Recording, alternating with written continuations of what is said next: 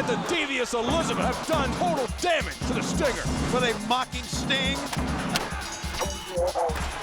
That's the symbol of death. Sting, you want a piece of me? How about a piece of this? Oh my lord! Total package is out of control. Somebody's got to stop him.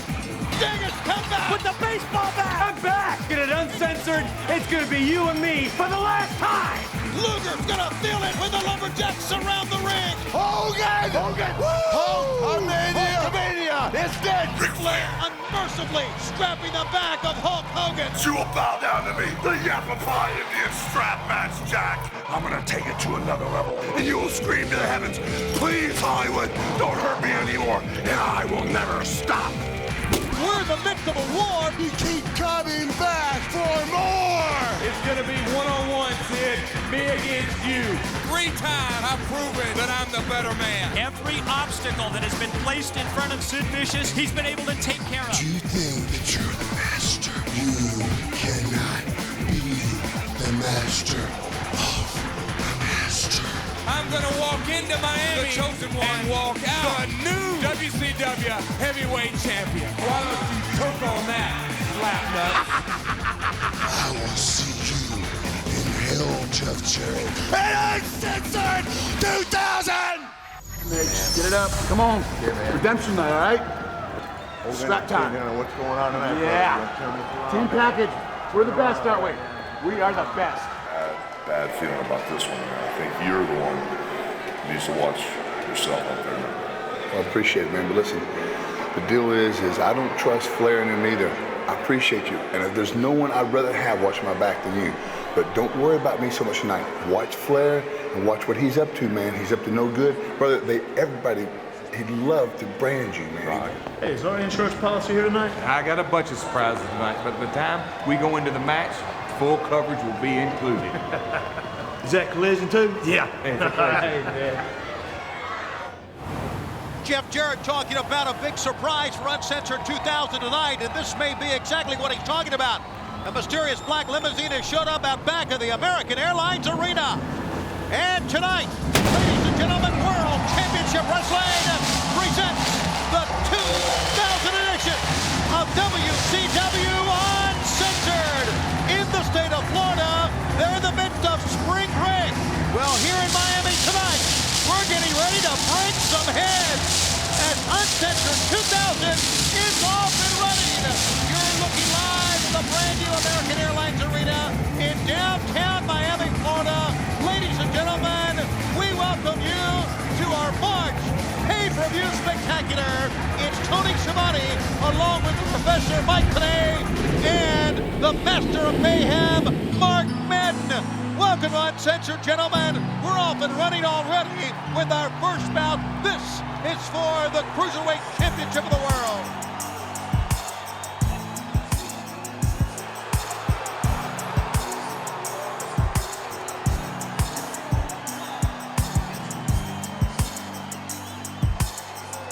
The first man out is going to be the WCW Cruiserweight Champion himself, the artist formerly known as Prince Iakea, or just known as the Artist, accompanied by Paisley here to the ring. And there's nothing like the cruiserweights to kick things off at an event like Uncensored, Tony. We're going to take you back to March 6th when Kaz Hayashi got the win over Psychosis thanks to the belt in the head from the Artist, and then the handshake between the two men last Wednesday. And there you see a big jumping DDT by the Artist on Psychosis. This match is for the WCW Cruiserweight title and a division, I might say, Mark Madden, that really the Artist has kind of dominated over the past couple of months. Speaking of psychosis, I think the Artist has some deep-seated psychosis to cause him to dress up in this purple outfit and go out there with that young woman Paisley in that purple catsuit. But his psychosis, neurosis, whatever has bred success. He has become a dominant Cruiserweight champion. And Psychosis just last week on Thunder had the matchup against Kaz Hayashi, the return bout we just saw the highlights from, and it was the victory by Psychosis that put him into this spot. He won that #1 contenders match, and Psychosis gets a shot at the Cruiserweight gold. Star-studded night for World Championship Wrestling here in South Florida. And tonight, as you know, Hulk Hogan and Ric Flair in a strap match. Jeff Jarrett, we saw him walking in with the Harris brothers to go after the WCW World Heavyweight title. The Harris brothers have a chance to become tonight World Tag Team Champions as well. And we're going to rekindle the old Rhodes Funk feud here tonight in a bull rope match made famous by the Rhodes family as Dustin Rhodes takes on Terry Funk. I think the big question right now is, who's in that black limo? Is that Jarrett's insurance policy? Mike, I bet it is. I bet it's somebody big. Well, I wish you would shed some light on that, Mark Madden. You seem to have a connection with the Chosen One. You even, I think, gave him credit for giving you the position as an announcer with WCW. Now, hold on. I've earned my keep since then. Well, tell us, what do you know? I know who's in the limo, but I'm not going to spoil the surprise for the fans. Well, unpredictability is always the key at Uncensored. Jeff Jarrett says that he has plenty of surprises in store for WCW and Sid Vicious. Actually, I don't know. I made that up. I'll be as surprised as anybody. The bell sounds, and the artist will face now Psychosis. Juventud Guerrera, of course, out with him. Psychosis, former WCW Cruiserweight champ. Same thing said, of course, for Juventud Guerrera. Now, what is this about? Music in the middle of a match? Maybe it's like MTV-style matches. They'll play a rock and roll song through the whole match. Not on my format. That's not saying much. I have no idea what's going down here. Oh, would you look at this? That's Chris Candido. Chris Candido, a very accomplished pro wrestler. He's wrestled all around the world. The internet rumors were true for a change. How about Chris that? Candido really is coming to WCW, and he's here right now. The In fact, he's rumors coming are this right. way. Chris Candido is walking to the broadcast location. Well, as we said, we knew that WCW was attempting to sign Chris Candido, but we're really unclear if that had really come about or not. And Candido now. What a better way for me to make my entrance and here at the most unpredictable pay-per-view of the year at Uncensored. And you know what, something? These internet rumors about me were actually true. I am officially in WCW to be the new Cruiserweight champion. Chris Candido has joined us here at the broadcast location. You are here to be the new Cruiserweight champion. You're often watching now the man who is the champ, the artist, going up against Psychosis. Well, you know, first of all, when you address me as Hard Knocks Chris Candido. Because, you know, everybody else in this business, they say they've had a hard time, they've been screwed here and there. What about me? I've had a harder time than anybody, every place I've been. And now, what about the Prince? We're both second-generation grapplers, but he gets to be a Prince. And what am I? I've struggled my whole life, but now I'm here to take what's rightfully mine. Well, check out that incredible high-risk move by Psychosis. I could do that. And a whole lot more, I'd bet. I see, that's the thing about these guys. They can jump around like a bunch of jumping beans, but I know how to do something like, wrestle. Well, you're going to get your chance now that you're a part of World Championship Wrestling. You'll get your chance to show that you prove that you can belong with these stars of WCW, like the artist, like Psychosis. Was there a little bit of doubt in your voice, Mike, today? Well, not really. I mean, I've seen you in the past. I've seen you go. I don't have any doubt. No, there's no question that Chris Candido, Hard Knocks, Chris Candido can really go. And of course, he brings a different style than the luchadors such as Psychosis have brought to the Cruiserweight division. Here's a cover 1-2. I think Chris Candido, Hard Knocks Chris Candido, I think you would agree that with the advent of the luchadors the past couple of years in the Cruiserweight division, the high-flying techniques is what's been successful in this division. Hey, it's made it successful, and it's made it really, really exciting to watch. But I can do all the high-flying things that they do, but let's not forget about the wrestling aspect. I can wrestle better than any of these guys. Like right there, he didn't cover him properly. I would have covered him properly, and I would have won. And not only that, the artist who is the Cruiserweight champion has that lovely valet on the outside, Paisley, as well. That's another thing that's driving me crazy. Where is my valet? She's not here with me. I'm here by myself. And she's the best valet, the best manager, female of all time. What about that? I'm here by myself. What about that, guys? Well, I don't know. I didn't sign his contract. I gotta admit, Hard Knocks Chris Candido's making a lot of sense to me so far. I like the way you talk, young Thank you, man. Mark. I kind of like you, too. Well, listen to Madden jump on the bandwagon. That surprises you Not there, at Mike, all. today. Not Heads in the first least. now. They go to the steel ring steps, and back in goes the artist against Psychosis. Here's Charles Robinson, as you can see, the referee. And there's a couple of shoulders drives into the midsection of Psychosis, and he runs over Psychosis into the turnbuckle. Boy, the Artist really picking up the pace here, picking up the intensity in this opening bout here at Uncensored at 2000. I got to give the Artist credit. He's a very physical wrestler, too. Does a lot of high-flying stuff. Look at that pull in the hair. Nothing wrong with a well-placed pull in the hair. Just talked about intensity, Tony, but the thing is, baby, neither of them are as intense as I am, because neither of them has gone through the hard knocks that I have. Neither of them has gone through the garbage this business that I've gone through, not just this, but my entire life. That's what makes me more intense than them, and what makes me better than them. So in other words, it's that adversity as we see the Prince again, or the Artist again, go for the cover here on Psychosis. That adversity that you've had to grow up with your entire life that puts you above the rest of the pack in WCW. Mike, today you're almost as smart as Mark Madden. I'm taking notes. Over the top, got a sunset flip, and Psychosis almost pinned the Artist that time, but the Artist with a great lariat coming out of the box that time and sending now Psychosis to the mat.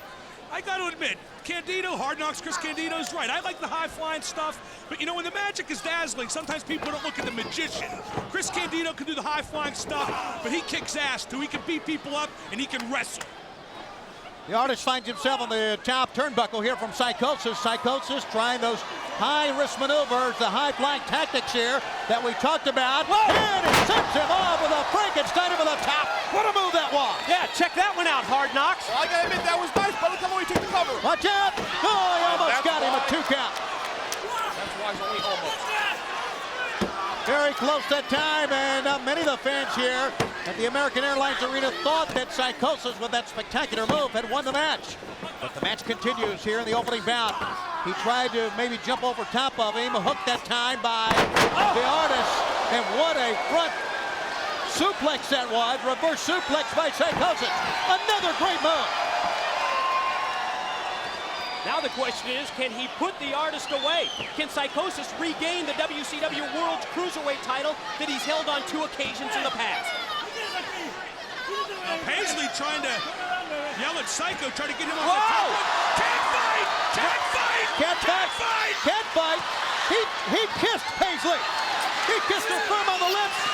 She doesn't seem happy about it. Now it's a can't fight, Tony. Now you can scream at Madden. Can't fight! Can't fight! Paisley took it from the top. What a guillotine leg drop by Psycho. He should have tried to pin him. And now he does one. And he pulls away from him. And Paisley's in the face of Psychosis on that. He could have won this thing. Again being distracted by Paisley. The Artist up on the middle rope. Psychosis thinks his man's dead. And watch out! From the middle turnbuckle. The jumping DDT and the 1, 2, 3. Boy, Juventud Guerrera kissed Paisley, and that set off a chain reaction that cost Psychosis the Cruiserweight Championship, and the Artist is still the champion here at Uncensored 2000. The Artist has a great combination. He has the flying move. He has the jumping DDT, a great finisher. He's good, but I don't think he's any Hard Knocks Chris Candido. Tony, you mentioned the chain reaction. I'm going to cause my own chain reaction here in WCW, starting up very soon. All right, Hard Knocks Chris Candido, now part of WCW, in for some commentary. Here it is again, Mike. Well, we saw that spectacular top rope Frankensteiner by Psychosis. It led to this, well, a disagreement, a little confrontation between Paisley and Juventud Guerrera, both at ringside. And as Mark Madden screamed, it evolved into, in his words, a cat fight between Paisley and Juvi. The distraction allowed the Artist to go to the middle rope. There you see the jumping DDT, the 3 count. Academic at this point, Prince Iaukea remains the Cruiserweight champion. That's the Artist, if you will, Mike, today. The Artist formerly known as Prince Iaukea. When Hard Knocks Great is crowd done, on the hand. Artist formerly known as the Cruiserweight champ.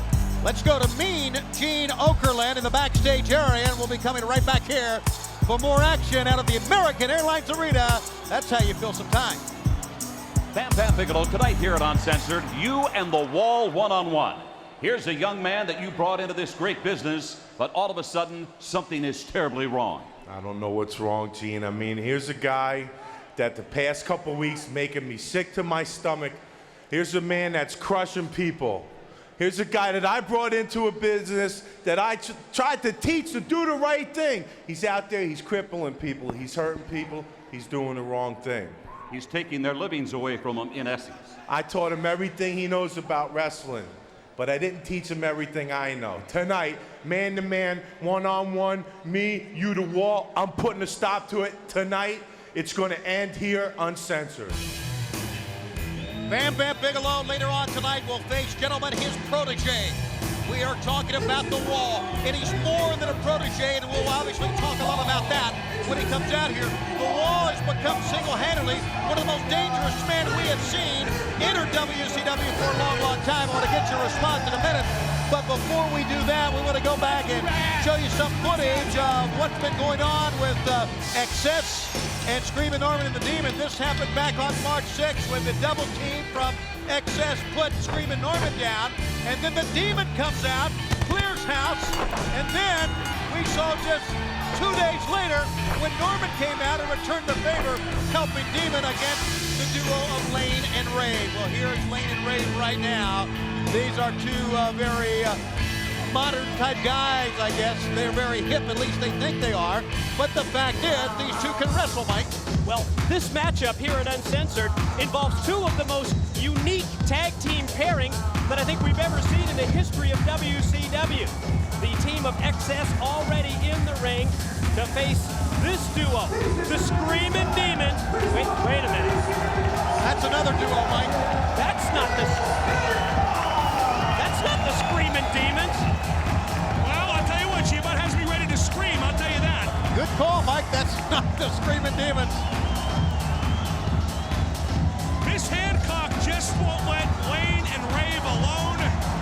They spurned her managerial advances, and now she's out here making their life miserable every week. Tony, I don't mind having her out here, though, do you? You don't think she might head over to the broadcast table, do you guys? Here she comes.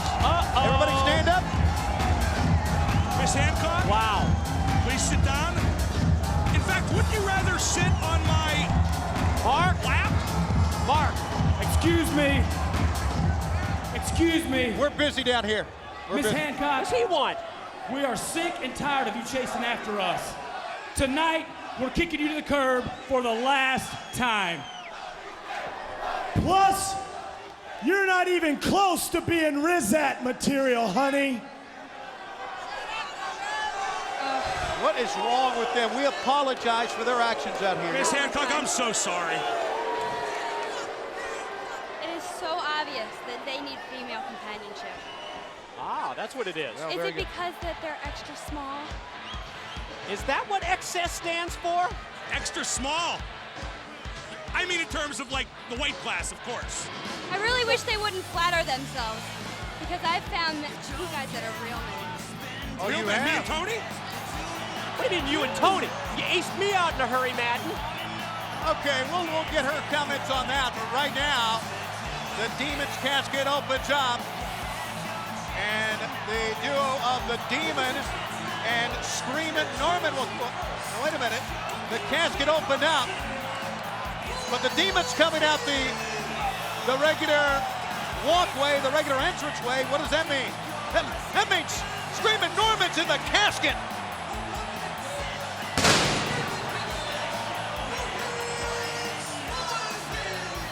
If ever there was a tag team that's a war machine, it's Screaming Demon Norman Smiley and the Kiss Demon, guys. Well, I have to say that there are several other tag teams in WCW that can learn from the unity of this tag team, the Screaming Demons. They've been there to cover each other's backs at every turn whenever needed, and they will have their chance tonight here at Uncensored to prove that they belong in the mix of the top tag teams in WCW against Excess. Guys, can you clam up for 1 second, Miss Hancock? Are you all right? Would you like anything? We have water here. We have water. We have some tea and lemon. Oh, Can I fix you a tea and lemon? Are you sure? I'm okay. Okay. Thanks Only thing you got to do is just nod our way, and we will. Tony, we stink when the women are out here. I'm not lying. But it's worth it. Am I going to have to hold this together, guys? No, we're fine as long as. But if she wants something, we're going to have to. You know what I'm saying? We all. Never mind. The Demon and Screaming Norman, the Screaming Demons, if you will.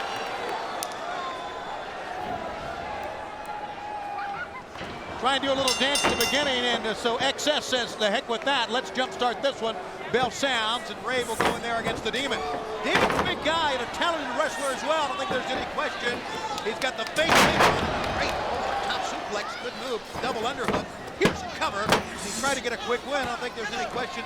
He's got the look, of course, in the image of Gene Simmons of the group Kiss, but the guy can go as well, and he finds himself here on the outside. But look at that. Screamin' Norman is there to cover his back.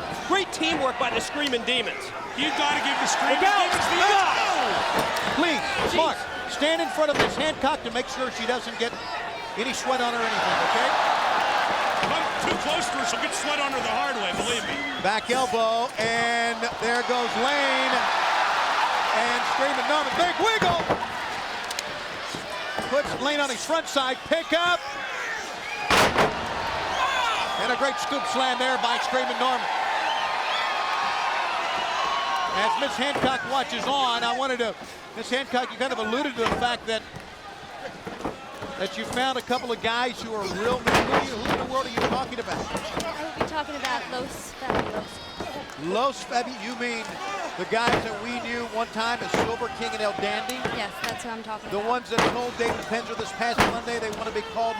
Oh, that's right, you took them Yes. to get a new wardrobe. Yes, I'm shaping them up. You're shaping them up? Yeah, I'm working with those guys. If there was ever a time to be El Dandy, it would be right now. That would be a first. Yes. I guess, guys. Wow, so we'll be very interested to see exactly what came from that little shopping spree you sent them on. You'll be impressed. I bet I will. Los Fabulosos? Los Fabulosos. Shopping spree. On a shopping spree.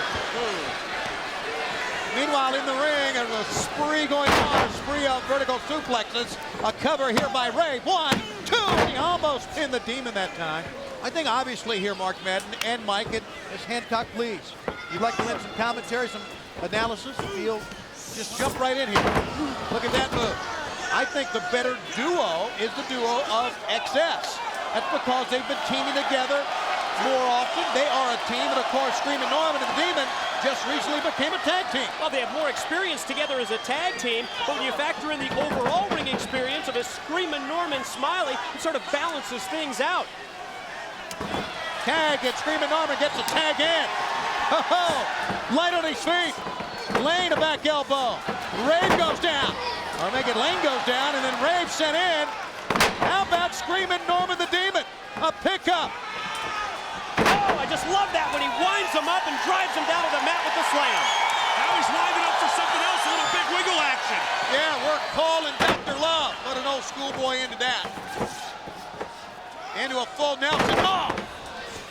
Good move by Lane. 1, 2, and the Demon makes a save on the end. By the way, Tony, that Dr. Love's got the cure you're thinking of, in case you're wondering. I knew I couldn't talk to you, Mark Madden. Into the midsection. And now Ray from behind. What do you think, Miss Hancock? Please, talk to us. These two. They really upset you, don't they? Yeah, they do. Well, they hurt you, Miss Hancock. They They did. hurt you and they spurned you. Yes. And it's a good thing I'm here to comfort you, right? Watch out! The Norman Conquest! He's got it on Ray! Oh, yeah. It's a submission win. The fans cover their feet! Call them the Screamin' Demons! Screamin' Norman and the Demon get the win over the duo. Hold on now, wait a minute. what? Wait a minute. No, hold on now. Wait a minute. Sit down! Sit down! You two! What are you doing? They're blaming her for the loss. It's your fault. This is the last time you're Blaming her for the loss. How could they blame her for the loss? It was their own fault. How dare they? That's a lady out there. Where the heck are they taking her now? Where are they taking Miss Hancock? Stopped by the Demon and Screamin' Norman. Oh, yeah. Two gentlemen. I got to give Screamin' Demon Norman Smiley and the Kiss Demon credit. They helped out a lady in distress, and some lady Miss Hancock is. The fans seem to approve. Now what? This might be a new dance craze here. Well, thank goodness we're on pay-per-view. gets the big wiggle from Miss Hancock. And Screaming Norman and the Demon. They want Billy Silverman to get into this. The referee. Well, it needs a little work, but it's not bad. I guess the big wiggle's kind of contagious. He looks like Wyatt Earp trying to ride a jackass. Not bad for a rookie wiggler. Huh. Let's go to the backstage area. Look, I told you, I'm sorry about what happened on Thunder. And maybe the stuff your brother's saying get to me a little bit. You know, Kidman, first of all, you can save the apology till we out there in the middle of that ring, all right? Second of all, if you're gonna be there, I need you to be there watching my back. Third of all, if you're not there watching my back, you just might make me want to prove these guys right. You understand me? Are we right here, man? Yeah, we're there. Listen to me. Are you listening? The wall is out there. It's gonna be very dangerous. So I want you to promise me, that you're gonna stay right here. Promise? Promise? Promise? Payback time, David. Let's get this.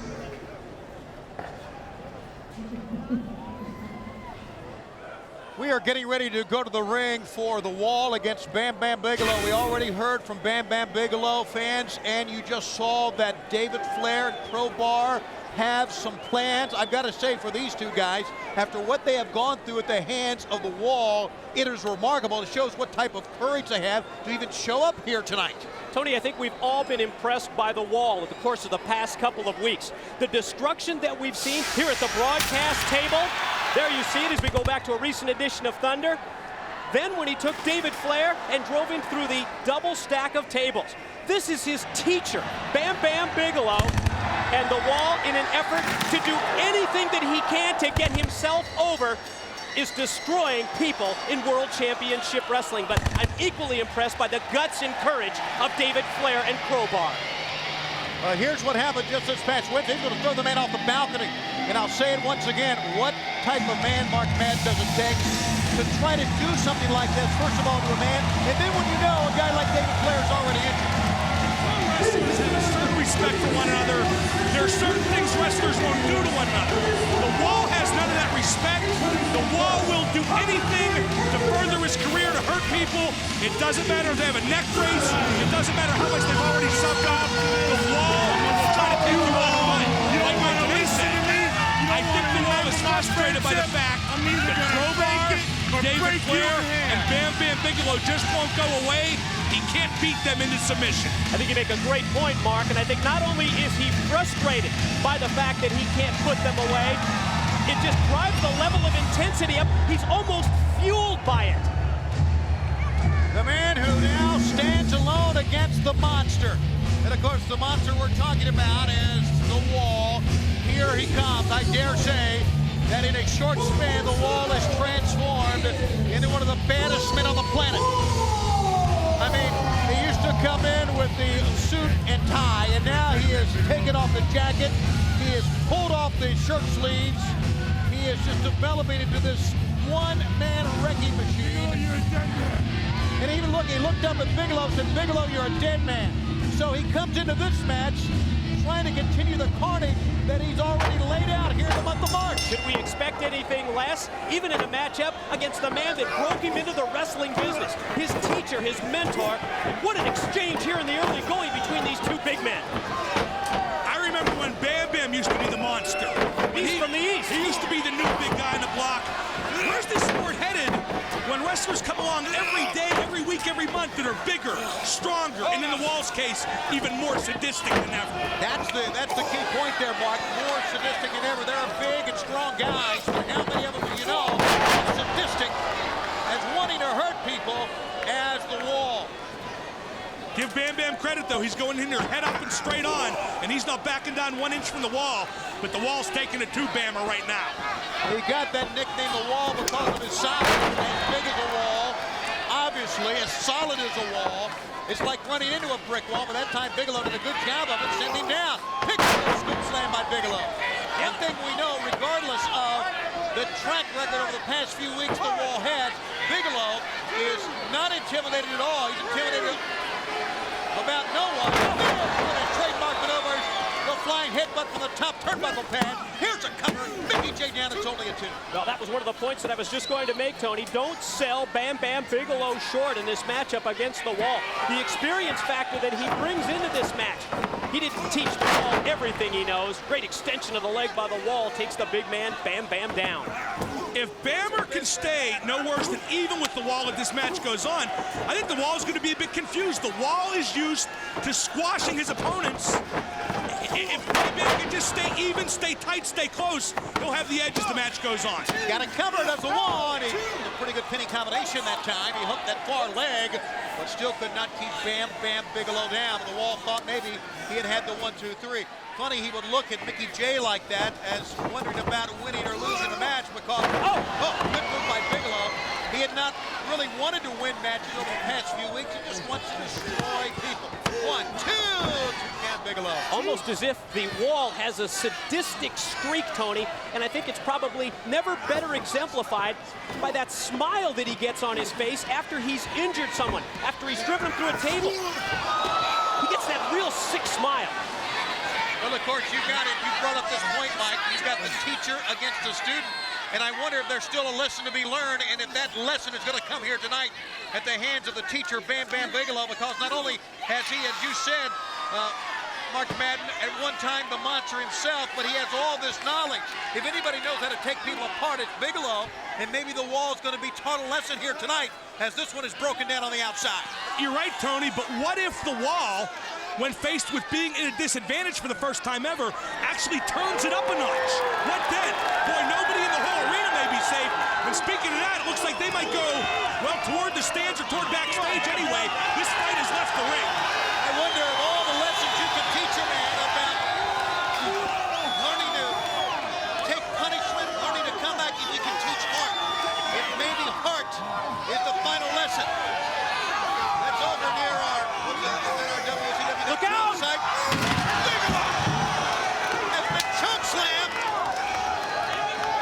through a table with monitors on it. Many of the monitors exploded, and Bigelow at the bell said he's down and all now. Here comes now Crowbar and David Flair, just like they promised, telling Daphne to stay back on the outside as they are both attacking this man. These two really are nuts. They keep coming back for more. And look at the Wall. The Wall is going crazy. You can't believe these two young kids are just coming out and going after him again and again and again. Well, there's no questioning their guts and courage, but how about their intelligence? To come out here under these terms against the Wall, there you see the EMTs to go 10 to Bam Bam Bigelow. I hope Bam Bam's okay. He's a big guy and he went right through that table. Wow, he sure did. Weight plus velocity equals a big mess, like Einstein said. Bam Bam could be very shaken up. Meanwhile, as the referee Mickey J and some of the WCW personnel, there's Crowbar is like a phoenix. He keeps rising from the carnage is not done because the Wall is giving chase to Crowbar now, and Crowbar and the Wall are fighting right hand to right. Crowbar is not backing down at all. We talked about can you teach heart, and Crowbar just showing us that. Crowbar is like a phoenix. He keeps rising from the ashes again and again and again. And I just can't believe Crowbar tries to take the offense to Bigelow. He does not back down a step. This kid's got something special.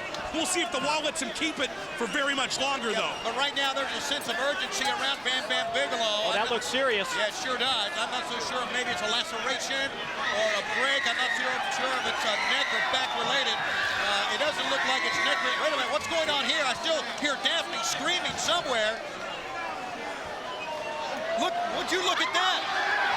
Crowbar has climbed up on the scaffolding, and the Wall and Crowbar are, what, about 15 feet in the air? At least. Above the entranceway. Oh, I don't like this. I don't like this at all. He's got him up. No, he wouldn't. He's not going to throw him off. My God, he's not going to throw him off. Crowbar trying to fight back. Those punches having little effect. Oh, no. No. The Wall's got him cannot do throttled. this. That's 15 feet down.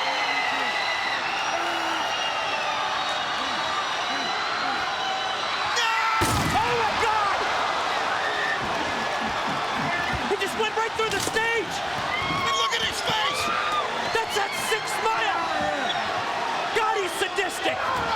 Come on, get out of here. I'm sorry. Maybe that was spectacular, and maybe the fans got some sick thrill out of it. That man should never wrestle here or anyone else again. All right, let's get help.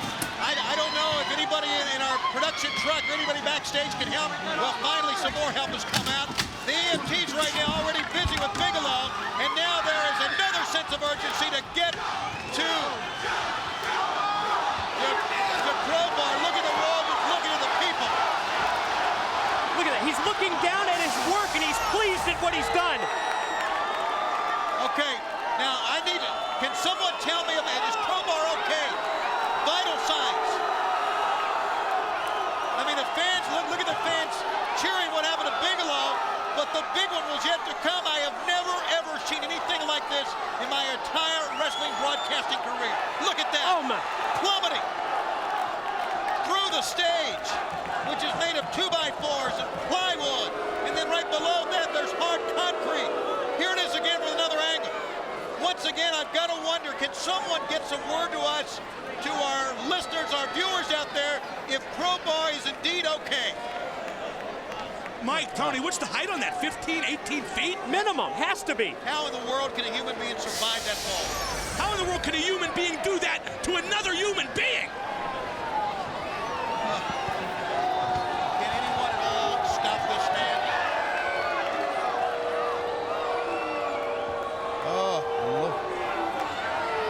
That is, I guess that's crowbar. It is, and you see David Flair and Daphne looking awfully concerned. Even other wrestlers, that's Lash LaRue there. Look at that, Booker's back there. Oh. We're going to see this again. We talked about the heart of a David Flair, the heart of a crowbar, the determination to go in, and I don't know who went up top first, and I don't know how that fight got up there, but we know how it ended, and that was one of the most incredible things I've ever seen. It's the situation. What's going on? An athlete is getting carried out on a stretcher. It's every athlete's nightmare. It could be the end of his career. It could be the end of him living a normal life. I can tell you right now, fans, and I apologize for this, but Uncensored right now has officially come to a stop. All right, Gene. I understand Gene is in the backstage area. Gene, take it away. Yes, indeed, Tony, we are back here. I'm with Brian Knobbs. We have just eyewitnessed what took place out in the arena on the monitor here. And where does this thing with the Wall and his actions end, Mr. Knobbs? Bam Bam and Crowbar are two of the gutsiest guys I ever saw. And I'll tell you what, Bam Bam and Crowbar, I'm dedicating this match, this hardcore title match, to you two brothers. All right, he's going to have to go against all three members of 3 Count and beat them to regain the WCW Hardcore title. Let's get you back out into the arena. Thank you, Gene. One of the more frightening scenes that we've ever experienced on a WCW pay-per-view telecast. Bam Bam Bigelow and Crowbar both have been taken right now, are still being taken, as you know, to a local hospital here in the downtown Miami area. Tony, the thing that concerns me, Tony, is the fact that Crowbar was nowhere near 100% when the Wall took him into the air from the top of the scaffold and sent him all the way directly through the stage. Let's go back to the 29th of February when all three men piled on Brian Knobbs, who had agreed to put the hardcore title on the line, and 3 Count became the hardcore champ. Like you said at best, you said the hardcore title has now reached a new low, with 3 Count being the hardcore champs. Peaks and valleys in pro wrestling. This is a valley. Loyal fans. Says you. Oh, come on. This is your idea of hardcore? Yes. Hardcore music, hardcore wrestling. The best looking hardcore champs in history. That's not really something to hang your hat on, given our hardcore champions. So a little message for the ladies. 3 Count's going to be live at 5 all night in South Beach. So get ready. Now, Sugar Shane Helms wearing that mask to protect a broken nose. He looks like Zorro. But I bet he gets more chicks with Banderas.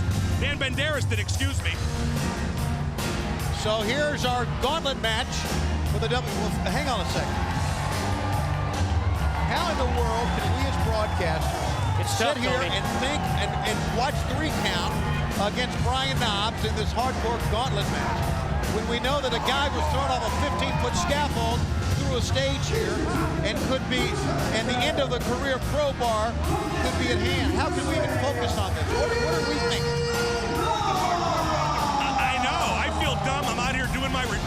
stick, cracking my jokes. I feel like a jackass. What are we going to do? Stop the show? Maybe that'd be the appropriate thing, come to think of it. That was 15 or 18 feet. I can't believe it happened. I can't believe he did it.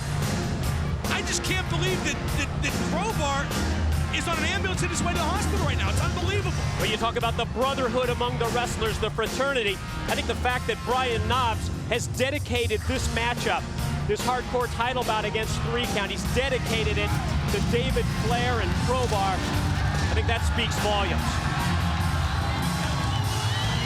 Coming out here with a newfound determination, as if Brian Knobbs needed determination anyway. He's always been one of the most reckless, determined wrestlers in World Championship Wrestling, but here he comes, and you can see that, you can just see the concern on his brow and his face of Brian Knobbs as to what just happened. And I think, Tony, he gets that newfound determination from a couple of sources.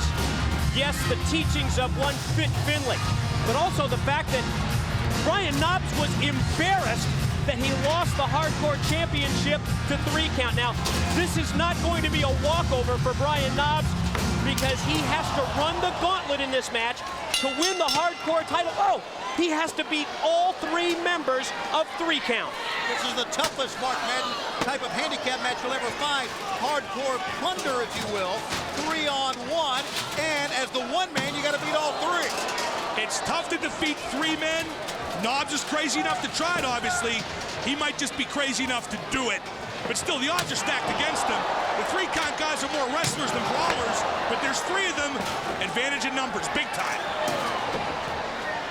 Okay, we understand that the man, and you know, we've been thinking a lot about what happened to Crowbar, but we should also think about what happened to Bam Bam Bigelow. We just looked at that table, those monitors, about his condition as well. The wall's one scary. He's a frightening man. He's a maniac is what he is. I don't know if you can call him a man. As Knobbs takes the trash cans and wipes out 3 Count. How about that? Puts a pit stop on Shannon Moore. Miami just became Pity City. Actually, it smells like that all the time. Please. Courageous, and now Shane Helms. Here goes Knobbs. Shane Helms, broken nose and all, and that mask that you talked about that reminded you of Zorro there, Mark Madden, has not deterred him. He is back into the battle, and you know that we saw the broken nose. We know how severe it was, but he is still in there performing, and Knobbs pushed face first into the ladder, the aluminum ladder propped up in the corner. You know, you say these guys aren't hardcore, but Shane Helms put off surgery to compete in this match. That's a great I'd say that's pretty hardcore. And Shane Helms, broken nose and all, is going to go up about 8 feet in the air. And, oh, what a move! What a splash! Incredible, and now it's going to be Evan Courageous. Knobbs needs to try to get up. Courageous, 8 feet, a twisting splash. I think he drove his knee into Knobbs' rib cage when he landed, too. They're just killing Brian Knobbs 3-on-1. And now Shannon Moore up top. Oh, and he missed. A somersault splash, and he missed, and Knobbs just on his hands and knees trying to get away. He's got the fire extinguisher. And now see, this is silly. I like these guys. This is silly. Yeah, they're going to posture here for the crowd. Yeah, you're right, Mark. They are great hardcore champions. They've just been extinguished by Brian Knobbs. It's going to take more to put out their fire than that, Mike. Of course, that might go a long way. A mop shot over the back. Think about how tough this Brian Knobbs is. We even talked about that before he got, but he was smashed by 3 guys at the top of the ladder and is still back on his feet. Chair to the face. 1, 2, 3. Shane Helms been pinned. Yeah, but keep in mind, that's just 1 down. 2 to go for Brian Knobbs if he's going to regain the WCW Hardcore title. He's not done, and he put that steel chair across the broken nose of Shane Helms, and Shane Moore in. He's got to beat the other 2 men. Of course. What would a hardcore match be without the hidden table gimmick? Gimmick? You know what I mean. Someday somebody's going to go under the table, under the ring. There won't be a table there. then they won't know what to do. But there's always a table there, so why complain? That's right. He's got his sights set here on a man who looks like ever since that splash is hurt, and that is Evan Courageous. He's got to beat, remember now, only thing Evan or Shannon's got to do is pin Brian Knobbs, and they win the hardcore belt. Another pin for Knobbs. He's still got to pin one more guy. Oh, my goodness. Evan Courageous! Oh! Through the tape, on the floor, out he goes. 2 down, 1 to go. Knobbs is an animal. Now, hold on a second. Wasn't Shane Helms already pinned? Does that mean he has to leave? I don't know. Shannon Moore gets waffled with the table. Well, now it's a one-on-one match, Mike. Brian Knobbs has been an absolute man on a mission in this matchup. Out to try and, well, maybe correct the wrong. The fact that 3 Count won the hardcore title, embarrassing. Brian Knobbs, he's 2/3 of the way home. Yeah, that and the fact that he was going to dedicate this to Bam Bam Bigelow and Crowbar at the hands of the wall, what they suffered just moments ago. You know, in many ways, this is the epitome of what Uncensored is all about. And in many ways, Brian Knobbs is the epitome of what hardcore is all about. I would agree with that. I mean, he has beat their butts. 1-on-3, the whole match. 3 Counts never had a clear-cut advantage. Knobbs is unbelievable tonight. Well, the only advantage they really had was when they went up on the ladder, Mike. Yeah, when they went to the ladder, the first 2 members were successful. The third one wasn't. Brian Knobbs now just toying with Shannon Moore. Oh! Guess that answers our question, Tony. Here's like 1, 2, 3. Got it! Wait. Got it! I thought his foot was on the rope. Wait a minute, Nick Patrick says, hold on it. Nick Patrick says, restart the match. Yeah, Knobbs' foot was on the ropes, I gotta say. That's right, that's a good call. Brian Knobbs' foot is on the rope. This match continues. The match continues, and 3 Count in there celebrating. Helms still on the outside. Shannon Moore still the only man remains now. So the match goes on. It was a good call by Nick Patrick. Foot on the rope. I wonder if he would have reversed it if the call had gone. Oh, my God. Just throw a ladder at him. Why not? Unbelievable. It's staggering, and Shannon's got that hardcore belt. Look at that, he wants to hand it over to him. Would you? Doesn't want to suffer any more pain and punishment. Kick the belt into the face of Shannon Moore. And Brian Knobbs. Yeah, that's not going to fly with Brian Knobbs. He wants to prove that he's superior when it comes to the hardcore division. Knobbs is up on the middle turnbuckle. Aluminum twist and all. 1, 2, 3.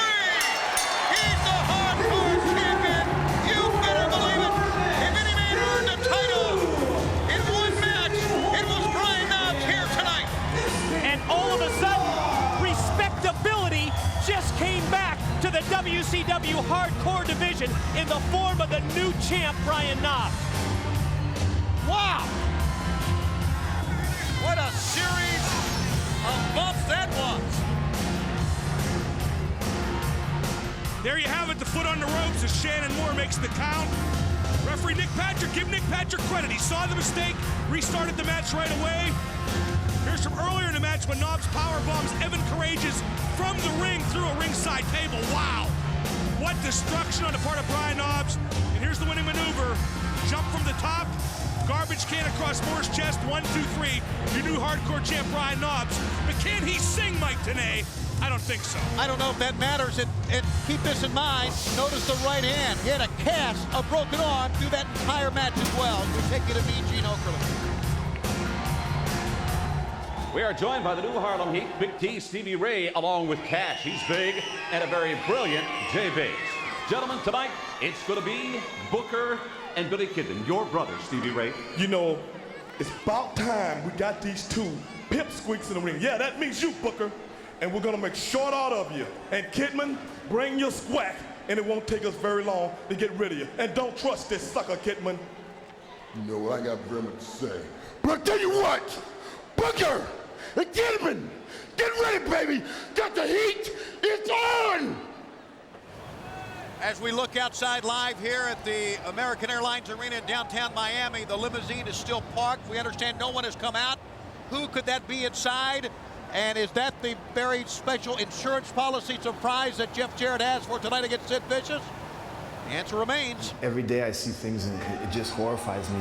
And sometimes when I see all these things and bad people, and it just starts to make me think about things, and I get ashamed, and because I just think about really bad things and doing really violent, mean things. And then I got Fit Finlay coming into my face and telling me that I got no respect and no responsibility, and he's got to keep pushing the buttons. And you know, Fit, you make me think about doing real bad things and being a bad person, and that's not who I want to be. And all I got to say about the whole thing is this the calm before the storm, or is it just a moment of silence for all you sinners?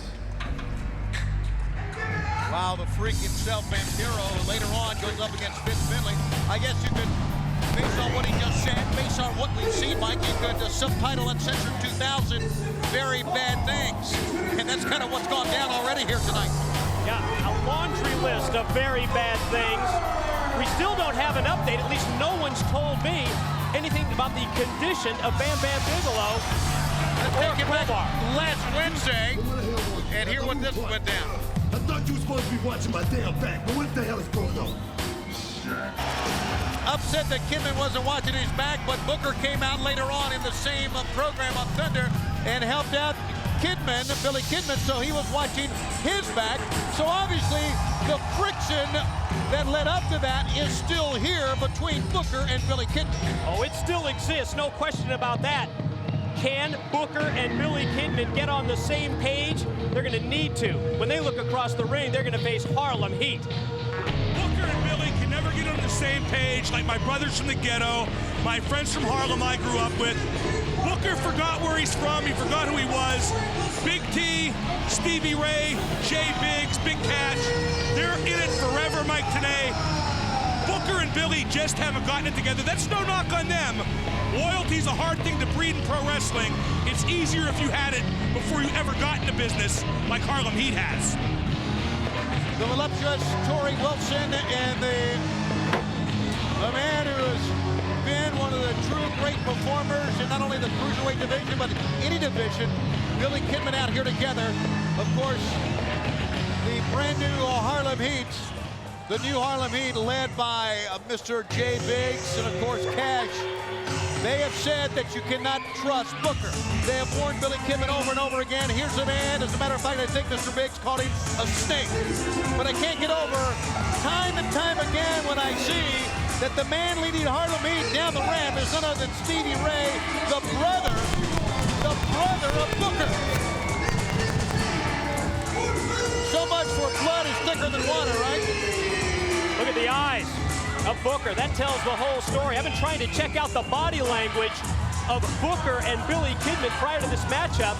Doesn't look like there's really much in the way of communication going on. They're actually having a couple of words now. I've been trying to check out the body of Tori before the match. Is she a squack and yak or a yak and squack? I haven't quite gotten that straight yet. I don't know, I may need a translator. Nah, I don't think we need one. Well, perhaps we do. Here comes my good brother, the man I grew up with, Jay Biggs. Jay Biggs, welcome once again to the broadcast. Tony, say hello to my good friend Jay Biggs. Hello, Mr. Biggs. Welcome back to our broadcast location. It's a big moment for the new Harlem Heat. Uncensored, you know what that means? Anything goes. I think we know what that means tonight, don't we? The people have been upset and angry for a long time, as now it's time for Harlem Heat to get a little redemption. You understand what I'm saying to you? Amen. This is the day of reckoning where everything is going to go down. You understand what I'm saying? Say it, brother. I understand what you're saying, and I know about your team, but you had to see, like we all did, what happened to Crowbar at the hands of the wall. Was that frightening or what? I don't care what happened to Crowbar. Whatever he had coming to me, he had it coming to me. That's not my concern. My concern is what's happening in the ring right now. Look at this here fruit booty here, Booker. He's just no good at all. But that's all right, because he's going to get what's been coming to him as well. You have warned Billy Kidman time and time again on your interviews that this man, Booker, is a snake. Well, right now, the man you call a snake, Billy Kidman, working great together, and Stevie Ray goes down. That's just a deception. Booker's working well with the man right now. But you just wait. You just wait and see. I know that Booker, he's a no good, dirty, slimy snake. He's liable to turn the team. He's going to turn on him. I'm telling you right now, he's going to turn on Kidman. Oh, I think you're just trying to put distrust between Booker and Billy Kidman. Look at this, they're like a well-oiled machine out here against Harlem Heat. Speaking of well-oiled machine, look at him, 350 pounds of mean and nastiness. You understand what I'm saying? And you want to know why he's so mean, why he's so nasty.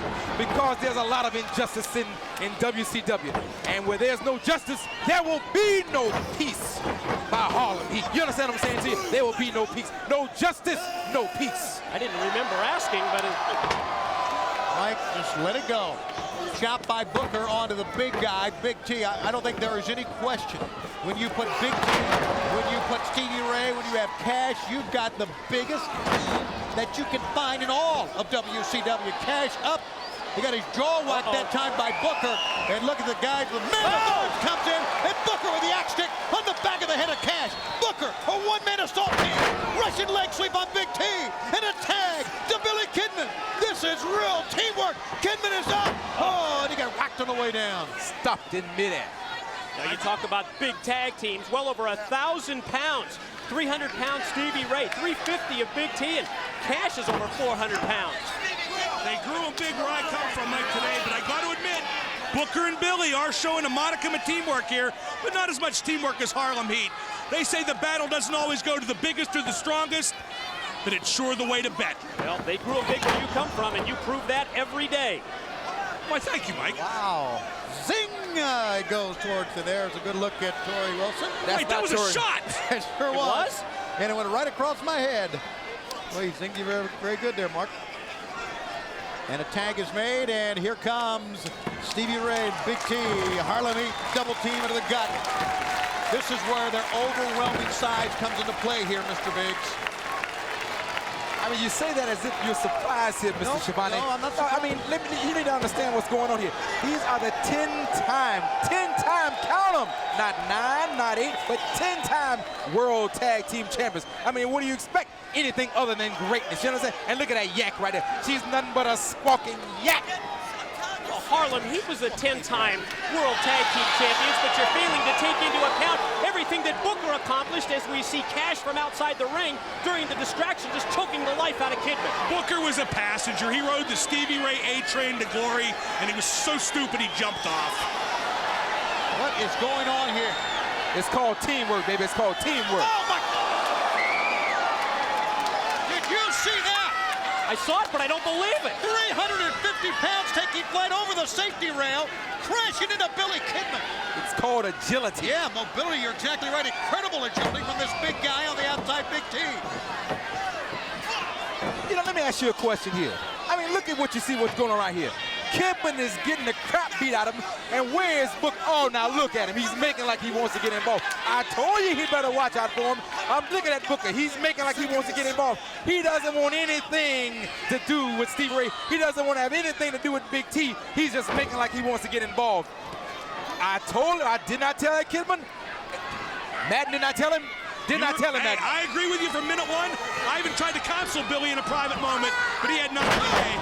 If he's that dumb, the heck with him. And meanwhile, in the ring, a great move by the 350-pound Big T, and a save by Booker on the outside. Well, there's teamwork. Pretty good, I might add there, Mike, today. Teamwork. He wants to shine, and he wants to have his moment of glory, while Kidman there is getting his brains kicked in. Is that teamwork? Is that what you call teamwork today? He made the save for his team. Of course, that's what I call teamwork. Covering his partner's back. It's called hot dogging. Kidman sidestep, Billy Kidman sidestep.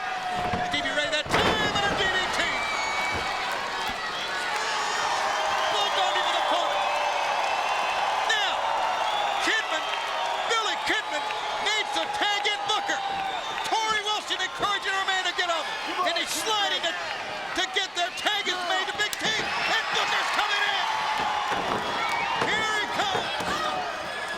He cuts off Big T. T holds his own. Sends him in. Booker's got him up. That's what you call teamwork. Amen. That's teamwork by Harlem Heat, 10-time world champs. How about the strength and reserve?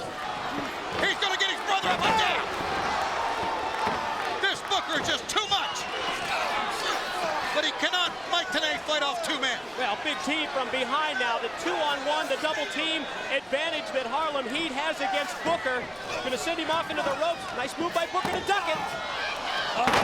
The double sidewalk slam that time. Straight out of Harlem. Look at him, defeated, beat down like he stole something. 1, 2, Billy Kidman with a save. Teamwork. The way that ref was counting, it seems to me he never made it out of first grade. Over the top goes Billy Kidman. I got to give Booker and Kidman credit. They are developing a little bit of cohesion. Won't be enough, but at least they're learning a little bit, maybe from wrestling Harlem Heat so often. Cash runs into Stevie Ray thanks to Billy Kidman. Kidman out of nowhere. Where did he get that from? In the clutches of Harlem Heat. Meanwhile on the inside, Big T and Booker going at it. Billy Kidman perched up on top. Kidman trying to get Big T over. Harlem thinking 1, 2, 3. It's over. They did it. It's over. Billy Kidman and Booker embrace. Torrie embraces both men. And what a sensational win that was. In the face of 3 men over 300 pounds. That really was against all odds, guys. That's the way to put it together as a tag team. When it came down to it, Booker and Billy Kidman were together. They were united, and that proved the difference against Harlem Heat. I got to give credit where credit's due. They could never, ever beat Harlem Heat again, but they beat them today. Here's the replay. Mike, take it. There it is. You see the sunset flip off the top by Billy Kidman at the same time as the kick, that Harlem side kick from Booker, and there's the pin, and there's the win for Booker and Kidman. Here's the celebration as Torrie hugs both men. And from that great moment and the happiness that they're experiencing right now, the big win and the handshake, we want to go from that moment and then go back to this horrific moment that we all witnessed moments ago. 2 of them exactly. First of all, what happened to Bam Bam Bigelow, and then Mike today, here's another angle of it, and then what happened to Crowbar as well. Well, just continued demolition of WCW by the Wall. We saw that he put Bam Bam Bigelow through the tables, and then he took Crowbar, the already injured Crowbar, guys, took the neck brace off and threw him from the top of the scaffolding. We're estimating that at 15 to 20 feet into the air, directly through the stage. And there's that sick smile. He's demented. Coming up next, though, it's going to be pinfalls count anywhere. Fit Finlay wants respect from Vampiro. This Sunday uncensored. We'll let you all over the hall. Falls anywhere. But look at Fit Finlay. You think I'm a freak? Well, it's only one thing that's forever. That's my pain. Maybe it's time to share. Finlay has made a point of saying he was going to teach Vampiro some respect, but now it looks like the student has had all he can take. I'm gonna stump your head down there and flush you. I'm sick of you, your attitude. I'm gonna show you respect. Be careful what you ask for. If you had a plan, Scarecrow, you know what you're in for. Because the one thing's for damn sure. I am a freak. There's no telling where this is going to end. It's going to be Fit versus the Freak, and we do have an update now. We've been handed this note, an update on the condition of Bigelow and Crowbar. Mike, today you haven't given to us. Well, we understand that both Bam Bam Bigelow and Crowbar were recipients of very severe concussions. Also, Bam Bam Bigelow received a dislocated shoulder, while Crowbar cracked several ribs and severely bruised his hip. I think it's an absolute miracle that the damage wasn't more severe than that. But guys, I'm just thinking now, I don't think that the damage was purely physical either. What about the emotional toll that this kind of attack must have taken, and how's Bam Bam Bigelow going to feel when he discovers that once again, despite everything that he did, that Crowbar fell victim to the wall? Good questions, Mike. And what about Crowbar's seemingly abdominal spirit? I wonder after seeing that, And you know, from a hospital bed, wherever he is, he's going to witness that again, that long drop. Will he, Crowbar, ever be the same after suffering as much as he has? At some point, don't you have to say uncle? Don't you have to walk away? Don't you have to cut your losses and say enough's enough?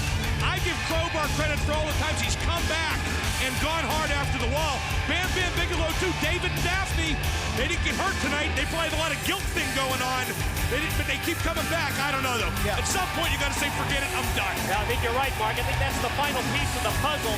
What about David, Flair, and Daphne? They were forced to watch their close friend Crowbar just being maimed at the hands of the wall. How's it going to affect them? Yeah. It's disaffected use, by the way. Remember, they are very, very young. All right, here we go. As our thoughts continue with those, this is Pinfalls Count Anywhere. There is no question that Vampiro has made great strides in WCW over the past month and a half. And you know this is about respect as far as Fit Finlay is concerned, and he will not stop. It's been absolutely amazing to see Vampiro go into the ring on Nitro broadcasts, on Thunders. Head up with, well, the top stars in our profession. Legends like Ric Flair, legends like the Total Package, and be able to maintain his own in the ring, Mark. You can't deny that. No. I'm with Vampiro. I mean, he isn't quite my style. He is a freak. But he's wrestled a lot of big names and held his own. He's almost won some major titles. But in terms of pure physical punishment, it will never, ever get any tougher for Vampiro than it is right now with Fit Finlay. Well, Finlay's trying to teach respect, but what kind of respect is he talking about? Respect for him as an athlete? Respect for the physicality of what he brings to the ring? Respect for WCW? I don't know what the lesson is that he's trying to give here is, but we'll just have to wait and see what that is that unfolds. Up on top is Vampiro. Oh! What height he got in the air that time at the top turnbuckle, and he got a 2 count. Remember, Pinfalls Count Anywhere. That means if this match goes on the outside, the referee will follow, and of course will follow as well. A pinfall could happen anywhere here in the Miami American Airlines Arena. Vam's spin kick from the top rope, guys. You see a lot of moves that look more spectacular from up at the top turnbuckle, but none more effective than what Vampiro does. He dishes out a lot of punishment with that high spin kick. And he also takes an awful lot of punishment. I was just thinking back to the match this past week on Thunder involving Vampiro and Humorous. What a terrific bout that was, and the fact that Vampiro almost seems to thrive on pain. He's a freak. He's a super freak. He can take it and take it and take it and keep coming. I'll tell you what, not to take away from this match, but I'm actually kind of relieved to hear what we heard about Bam Bam and Crowbar. It's bad, but it could have been a lot worse. Probably should have been a lot worse. It's a miracle. Yeah, especially if you think about Crowbar, what gets cracked ribs and a bruised hip. And as well as the concussion. Yeah, it could have been more neck damage. Well, if there's any good news, that's it. Forward roll slam that time by Fit Finlay. You know what Fit Finlay's going to do in this effort of teaching respect. He is going to beat Vampiro and beat him down some more. As a matter of fact, he goes to get a chair. And look at that chair is a very heavy, very thick steel chair. And he's got it across the face, the throat of Vampiro. My God. Great move by Charles Robinson. Is this teaching a man respect, trying to crush his skull? Oh! You know, one thought occurs to me. Both these guys have casts on their arms, courtesy of the Total Package. I wonder if they'll make it to be lumberjacks later in the show. That's a great think that's point. probably the last thing they're thinking about now, but that's part of their job tonight, too. Pinfalls counted not. No. Wait a minute. Guys. Look out. No. That's up right close here, and personal. Right here in front of us, Vampiro thriving on that pain, coming back against Fit Finlay. Finlay with a short uppercut using that cast. He's got Vampiro up. He's got him up. Oh, easy. Out of the fireman's carry, he just dropped Vampiro, throat first, directly across the steel safety rail. The level of punishment here tonight and uncensored rivals any pay-per-view I've ever seen, guys. You know, you saw Brian Knobbs with a cast on. I guess he's set up to be a lumberjack. These two men set up to be a lumberjack. We're going to have a lot of, oh my goodness, we're going to have many lumberjacks who have already been beaten and bruised and battered here tonight. when Sting and the Total Package collide tonight here at Uncensored in one of our feature bouts. What a wild, incredible, unpredictable night this has been so far. The question mark, the sign says it all. Tony, you talked about matches that epitomize WCW's Uncensored event. To me, it's this kind of a match where falls count anywhere, I was going to say in the building, but anywhere in Miami. Yeah, ordinarily you'd say these guys would be stupid for taking the fight out of the ring because you can't win outside the ring, but here, it's an advantage. There's a lot of weapons to use outside. How do you kick out of a pin if you're pinned on a staircase? Not too many guys have experience of that. Up the concrete staircase they go. And the fans are enjoying this. They didn't expect to get this close to the action, but here they are. And here we go with them. Pinfalls anywhere in this brand new, spacious American Airlines Arena. They could go anywhere, Mike, and there's a lot of places to go in this building. And they are going to go anywhere, and it looks like everywhere. Finley's got Vampiro. Going to take him now out into the concourse area, right into that, look at that, right into the concrete pool. It's the women's bathroom. Oh, well, good choice. He said he's going to take him all the way to the bathroom, and now he's going next door to the men's room. Hey, it's Uncensored. They should have gone in the women's room. They are in the stall. You know what would be a good hold to use in the men's room? The Uranage. Ow!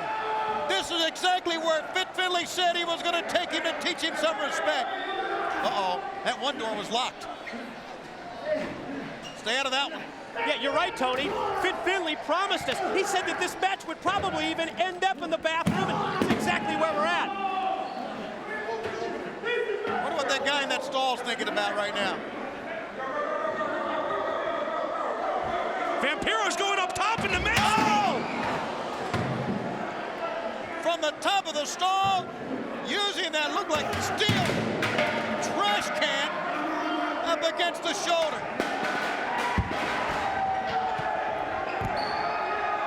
The fight goes on from the bathroom, outside, in the commentary, and the fans are right in with the fight. Security doing its best to keep the fans away from these two men where pinfalls count anywhere. Oh, look at that. The fans should stay away on their own, Tony. This is a dangerous situation. It really is. Look at this. Oh, I hope they don't put anybody through those windows. They're going outside. They're outside. He's got him up. Was he going to throw him off the balcony there? That's what it looked like. This is dangerous even for the streets of Miami. And they're literally fighting through fans here.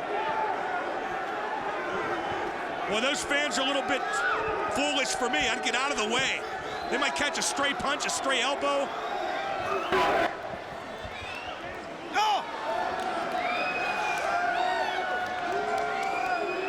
Into the post. Vampiro with a front kick. Fit Finley up against the post. I've never witnessed anything like this either. No, back body Joe! Oh. Vampiro just went splat. That back body drop by Fit Finley directly onto the concrete floor. Charles Robinson, security trying to hold back the fans. Oh, he missed. And he took that right hand that's been broken. Cast up against One thing we don't mention enough, guys, is Fit Finley's fighting on a leg and a half, but he has a heart and a half, too. And a security officer goes down. This is great. Nail in the coffin. The nail in the coffin. 1, 2, 3. It's over. It's over. Somewhere in that pile of fans is a victorious Vampiro. Have you ever, in the history of a WCW pay-per-view, witnessed anything like that, which has now become a mosh pit? Absolutely nothing like that. And look at with the incredible response from the fans that watched it up close and personal. They're there to celebrate with Vampiro as well. Tony, you said it best. It was great. A true uncensored match. Vampiro's a true uncensored wrestler. He's letting his freak flag fly real high right now. The fans love Vampiro. They love him. Listen to this crowd, Mike and Tony. Great response, an incredible response for a man who tonight deserves every bit of it.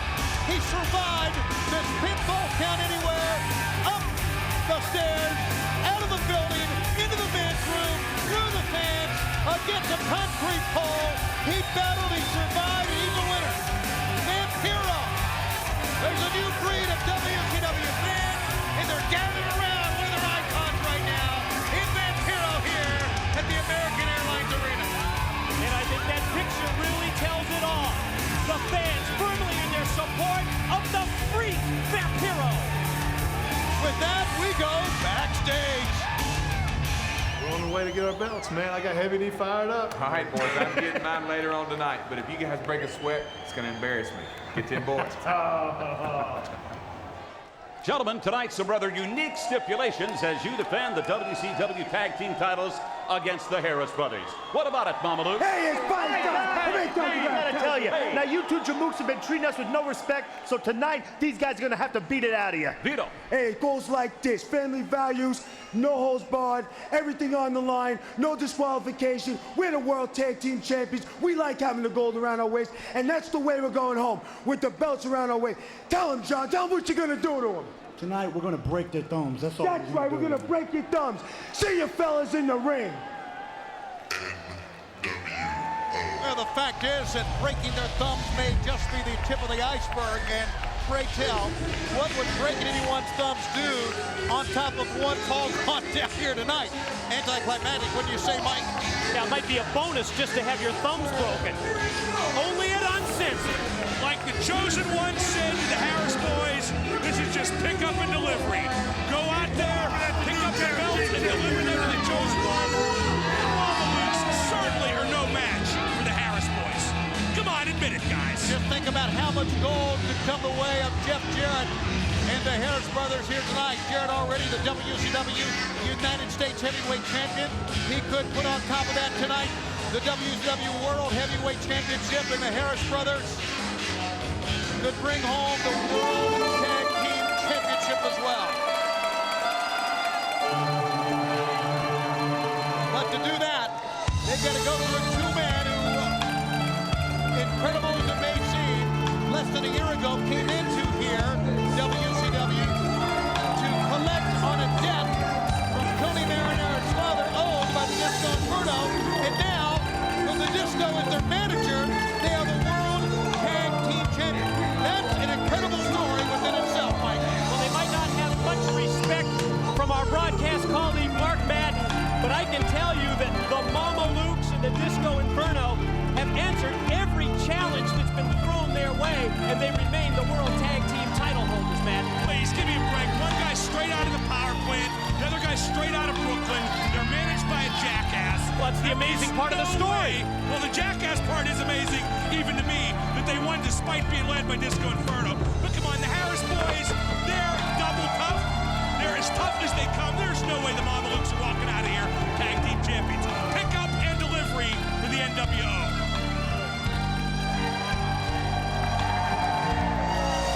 Well, it's their moment right now. The Harris brothers drop down to the apron, below the apron on the floor. Let them enjoy their moment here, so to speak. And Johnny the Bull and Big Vito are in a no disqualification match, putting the belts on the line. No lacking of confidence, and there's the belts indicative of the World Tag Team Champions. Just think back to the many great tag team champions that have held those belts, or a form of those belts. Those are the new design of the belts. The form of those belts over the years, Mike. Been so many great teams through the years that have been WCW World Tag Team title holders, and I guess it's just perfect that Uncensored, the tag belts are going to be on the line in a no disqualification match. Did Big Vito just kiss Nick Patrick on the lips? I didn't notice that if you did, and that has nothing to do with the story of this match, and here we go. Wait a minute. Don't tell me the revolving door is going to continue with the Disco Inferno joining us here at the broadcast table. Hey, I've been doing this for a while now. When the hell am I getting paid? I don't know. Who worked out your deal here? Well, I mean, I come out here and do commentary. How much do you guys make? Well, I don't make a thing for being a commentator. Nothing. Well, I need to get paid for doing this, so I'm going to quit doing it. Okay, deal. You promise? Yes. Come on, Vito. There we go. Attack. Hit him hard. Hit him fast. That's how you take down these big guys. I'll give you $20 to go away, you jackass. Watch your mouth. Please. I can make some phone calls. I know some people. Maybe you disappear for a while, huh, Madden? You're not smart enough to use a phone. Tony, take it, please. First time I've ever agreed with Madden. It won't be the last either. The Big Vito made the tag out, and Johnny the Bull will come in. Come on, Bull. Okay, this guy's tough. I'm telling you, when you got a guy in there, 22 years old, he's had his nose broken 6 times, you're going to have to kill him to beat him. How many times has your nose been broken? My nose has never been broken. I've broken a lot of noses, though. Back to the match, guys. And Johnny the Bull. The great power slam. Here's a cover. 1, 2. You know, you're right about Johnny the Bull. Very young, very agile, very powerful. And the fact that he's had all those broken noses just shows you how tough he is. Yeah, but here comes the real veteran in Big Vito. Let's not discount the fact that these guys are tough, but I am the brains behind this tag team. 2. Well, it takes brains and brawn, and I think you got the brawn in the ring. Big Vito. The guy will not back down at all. There's a low blow by one of the Harris brothers. No DQ. That's the one thing I'm worried about here. No, these no DQ matches. I mean, that's the way we fight. No rules. These Harris brothers, they think they know tricks. I've taught these guys tricks. I mean, I'm a former 2-time television champion, former cruiserweight champion. I know how to win. Well, you got World Tag Team Champions. How about this? Johnny the Bull just leaped right over the top rope to get in, very angry. And Big Vito now being assaulted on the inside. Well, the guy's got a temper, you know? I mean, that's why he's been in trouble so much growing up. But you can settle down, Johnny. Momentarily held his own. Great move by Big Vito. You know, I have to admit, in the year 2000, this has been one of the great stories in WCW. The success of the Mamalukes. Big Vito. It's Paisans. You get it right. All right? We're Paisans. You know, the amazing success in spite of the manager of champions. What the hell are you... Hey, you keep running your mouth and I'm going to come up there and smack the taste out of your mouth. Well, you know, realistically, you can be a Mamaluke and a Paisan in the same breath, because I got a lot of friends that are knuckleheads, so don't worry about that. And here's a double team here by the Paisans. There we go. Good job, guys. I'll tell you, these guys can go. I don't think there's any question about that. We never expected it, but they can do it. Look at this double team. Ooh! That's a version of the H-bomb. That's the Brooklyn bomb. Okay, the Brooklyn bomb then. I just invented that. 1, 2, a 2 count. Tell you what, I thought this would have been over a long time ago. The Mamalukes aren't looking too bad. They're not looking too bad against the Harris boys. But I'm still confident the Harris boys will bring home the bacon and the gold tonight. Big clothesline, come on, yeah. Johnny. Stay focused. Focus. Oh, that's easy to say down here, Disco Inferno, but that was a tough call. He was going for one man, turned around, and the other Harris brother on a full run ran right over it. One thing I want to point out, the Harris boys have earned their title shot. They've H-bombed everybody. They've gone through all the great teams here in WCW. They're here on merit and for no other reason. They have earned their title shot, and in the same breath,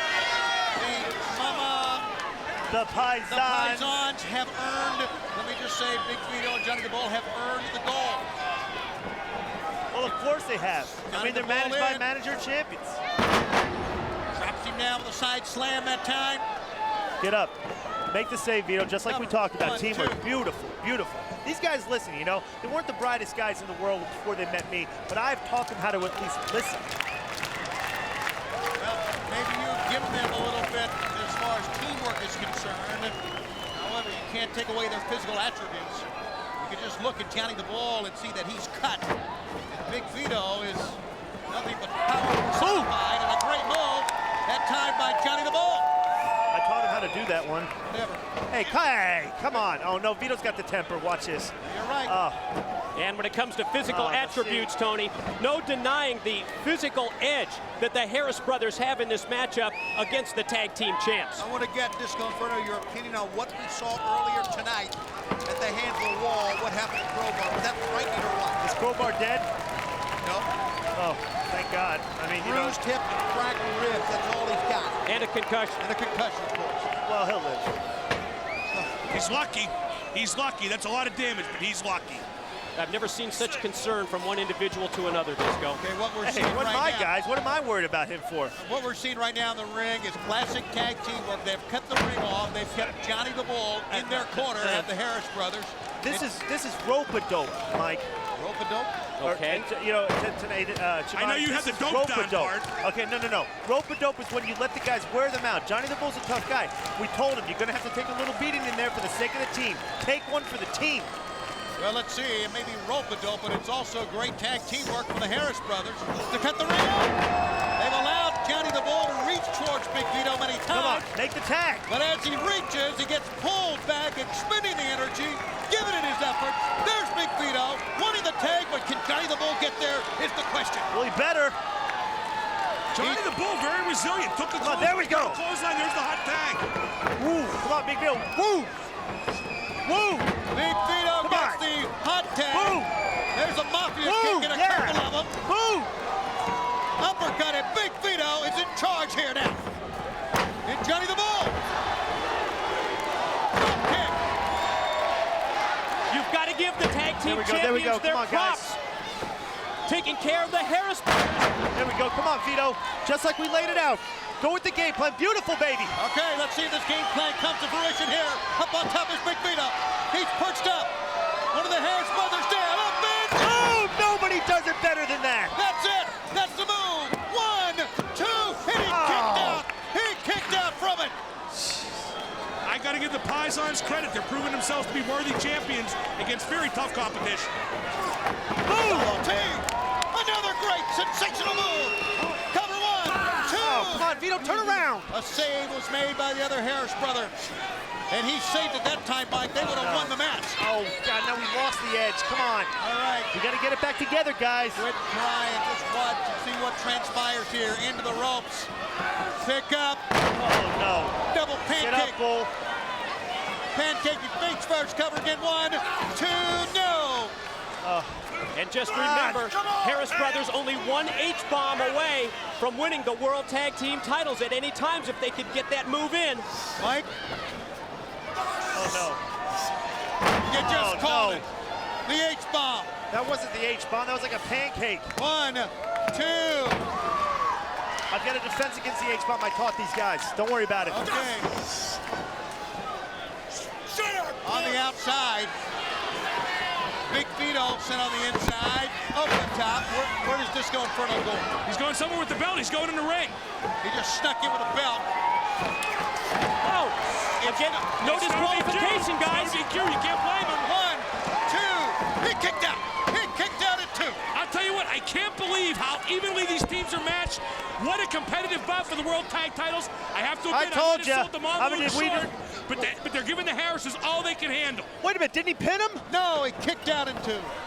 What's going on here? Your strategy backfired. Hey!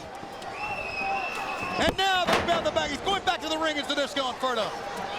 Not really. Down goes Disco. Down goes Johnny the Bull. Hopefully the Disco will stay down and leave us alone. The Harris boys cleaning house with those belt shots, Tony. Uh-oh, this could be it. This could be it. This is it. What an H-bomb. They just planted Big Vito directly on the uncensored logo. Guys, we have new World Tag Team champs. The H-bomb, like you predicted, Mike, one H-bomb away from becoming the tag team champs. And now the camp of the NWO and Jeff Jarrett, the United States Heavyweight Championship, the World Tag Team Championship, and could there be a third one in the WCW World Heavyweight title, Mike, today? Now more gold for the NWO. You saw the Disco Inferno bring that tag team title belt into play. Well, it backfired on Disco and the Mama Lukes. The Harris brothers taking Big Vito into the air and driving him down to the mat with authority, connecting with the H-bomb, and the Harris brothers have the tag team titles. All right, we've been told that Vic Finley has demanded some interview time. He must have some harsh thoughts on his mind considering the outcome of the match, and we're going to try, I understand, in a few moments get to that interview, but I said limo again. That limo, what does it mean for Jeff Jarrett? Is that the insurance policy? Okay, as we said. Who could that be in there? Finley wants some interview time. Let's listen to what he has to say. Let me explain something here. I said all along that I would beat respect into Vampiro. Well, I did that tonight. I'll be the first to admit the better man won tonight. Vampiro, I took it to you. I lit a fire within you. Keep it burning. Keep it burning. You know, you earned my respect tonight. I beat into you, and I got it from you. That's all I've got to say. Wow, how about that? Turn of events from Fit Finley. The respect comes back to Fit Finley about Vampiro. With that in mind, we're going to take you to the backstage area and meet Gene Okerlund once again. It was something for us to hear the comments of one Fit Finley regarding Vampiro. But gentlemen, other things for Team Package tonight. Ric Flair, Hulk Hogan later on, and you, Lex Luger, with the lovely Elizabeth, have got Sting, Lumberjack Castman. Well, the coward has finally arrived off the injured list. And I'm going to beat your brains in, Sting. I'm going to knock some teeth down your throat. And why? Because I can do it because I'm the total package. Lex Luger. 6'5", 275, 4%. Sting, you're going down. And Hogan, you're going to bleed and sweat all night long. Woo! Team package. Team package. Woo! That kid's 10 times tougher than his daddy ever was. Put it there.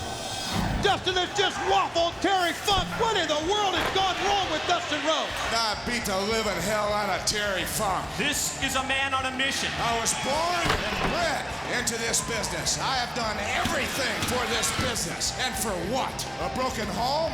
Terry Funk and Dusty Rhodes went at it for years and years. Now the sins of the father are being paid for by Terry Funk.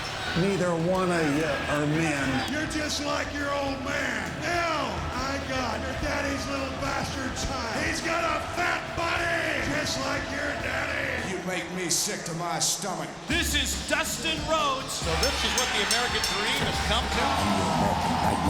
This is a man without a conscience. Roll the footage, jackass. Oh, a lot of bad blood between those two. This is the history of the Rhodes and Funk family. And Terry Funk has been mauled by Dustin Rhodes. The chicken is with Funk. The hardcore legend, and he just knocked him out. With a chicken.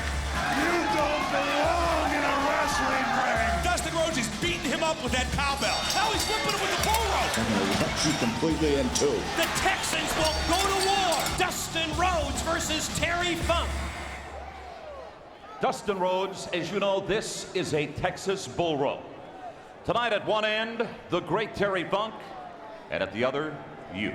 Terry Funk, tonight is your retirement match. Only you don't get a watch. What I will let you do is watch me beat the living hell out of you and split your head wide open with this cowbell. Make you look up to me in that bloody, bleeding mess and say, yeah, Dustin Rhodes, you are the American nightmare. And Dustin Rhodes, I just bit the dust. Throughout the years in World Championship Wrestling, in other organizations, the Rhodes-Funk feud or the rivalry or the bad blood has been legendary. From the American Dream, Dusty Rhodes, to Dory Funk Sr., Dory Funk Jr., Terry Funk. It's battled through many states, of course, both being from Texas. Now, you say it's over. You say this is the final chapter. However, on the flip side, Mike, today, Terry Funk is a guy who never stays down. Doesn't know how to stay down. I really don't think you can retire Terry Funk.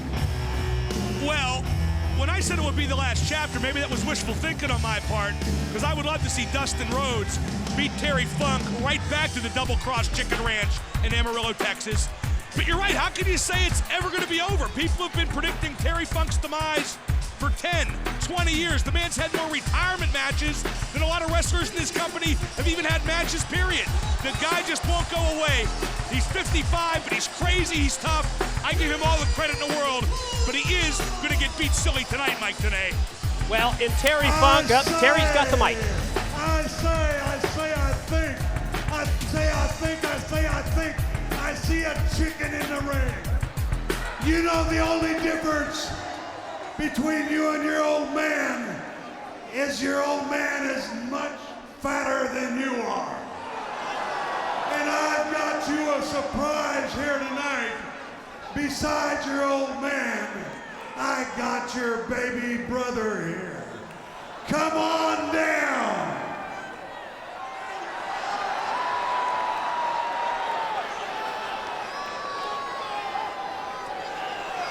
What is this? It's not the San Diego Chicken, is it?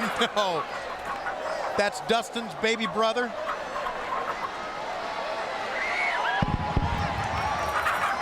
Dustin gives chase. We've seen just about everything tonight now. And then Dustin gets whacked by the other chicken right out of the grocery store. The chicken punch, it's devastating. A swerve by Terry Funk. Now, as long as Terry Funk is still breathing, Terry Funk's never going to give up. Two of the toughest, meanest Texans ever. Gonna hook it up in this year 2000 renewal of that family rivalry that dates back well over 20 years. The current documentary movie, Beyond the Mat, that's out in theaters that we've seen, Mike, just shows you exactly. There's a big part of that on Terry Funk and the condition of his knees. It's amazing Terry Funk can even walk these days, but he goes back. He shuts out the pain. He drives harder than any man you'll ever see in any sport, and he keeps coming at you. How does he do it? That's one of the most incredible questions, unanswerable questions that you'll find in all of WCW.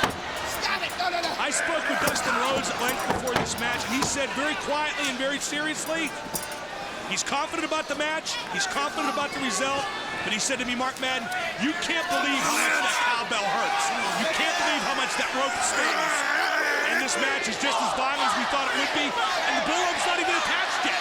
It's not even on the wrist of the competitors. I don't know if it'll ever get there since it's no disqualification. The idea is to pin the other man, not to drag him around. So the cowbell will probably just be cover 1, 2, just be picked up and used on an interim basis here and not really attached to either man.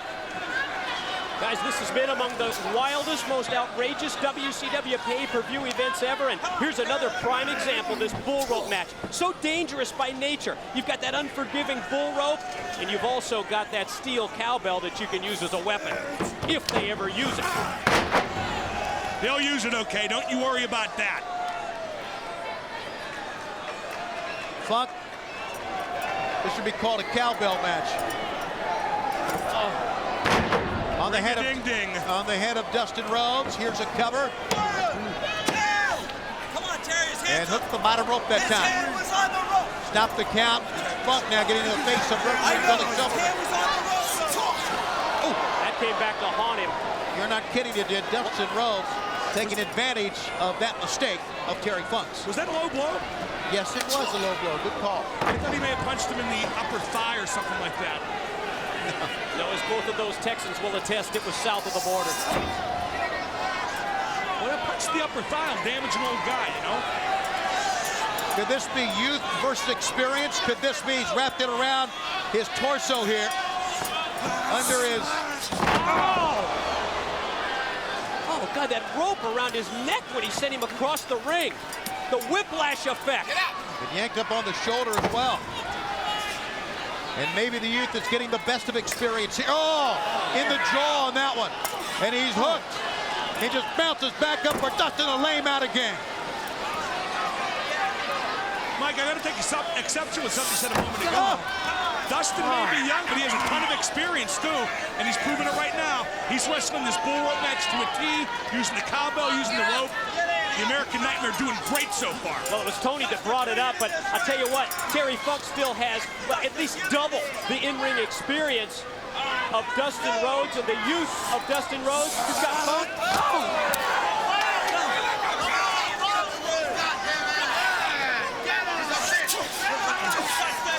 As you can see, and as we fully expected, any semblance of trying to win a match, it's all broken down here. The designs are just to maim, permanently injure, end careers, like Dustin said. Why should this match be any different than all the other matches so far tonight in Uncensored? Yeah, we have seen a pattern develop, haven't we? Now we're going to hook it up. There you see the bull rope placed around the wrist of Terry Funk. And Dustin attaching the other end of the bull rope to his wrist. Have we officially started now, Mike? Yeah, it's just kind of after the fact now, isn't it? Oh, DDT. What a move. And he gets up. He gets up again. He gets up again. We're going to be saying that a lot tonight. Just throws him. Gets up again. When Terry Funk writes a book, that'd be a good title, guys. He gets up again. Yeah, that's a very good call, Marky. That could very well, there's many other titles of books he could use. What's he going to do here now? At first he's going to bulldog him on that cowbell. Yeah, look at him. He's positioning that steel cowbell on his forehead. Oh, he bulldogged his forehead on the cowbell. Handcuff. 1, 2. He's up again. If Terry Funk's not busted wide open right now, it's by the grace of God. Here comes the chicken. The chicken's in. Give me a break. He's tackling. Good. The hell with that chicken. Deep frying and eat him, I say. He was actually, it sounded like a hen house there for a second. It still sounded like a hen house. I thought I was hearing things. It's sound effects during a match. I'll be damned. Oh. We've seen everything now. That's what the chicken gets for being cocky. Sorry. Good, kill that chicken. Come on, guys. Admit it. No matter who you like in this match, roads are fun. Yeah, we don't the chicken must die. The chicken must die. I just agreed with Matt for the second time. We don't want to see the chicken anymore.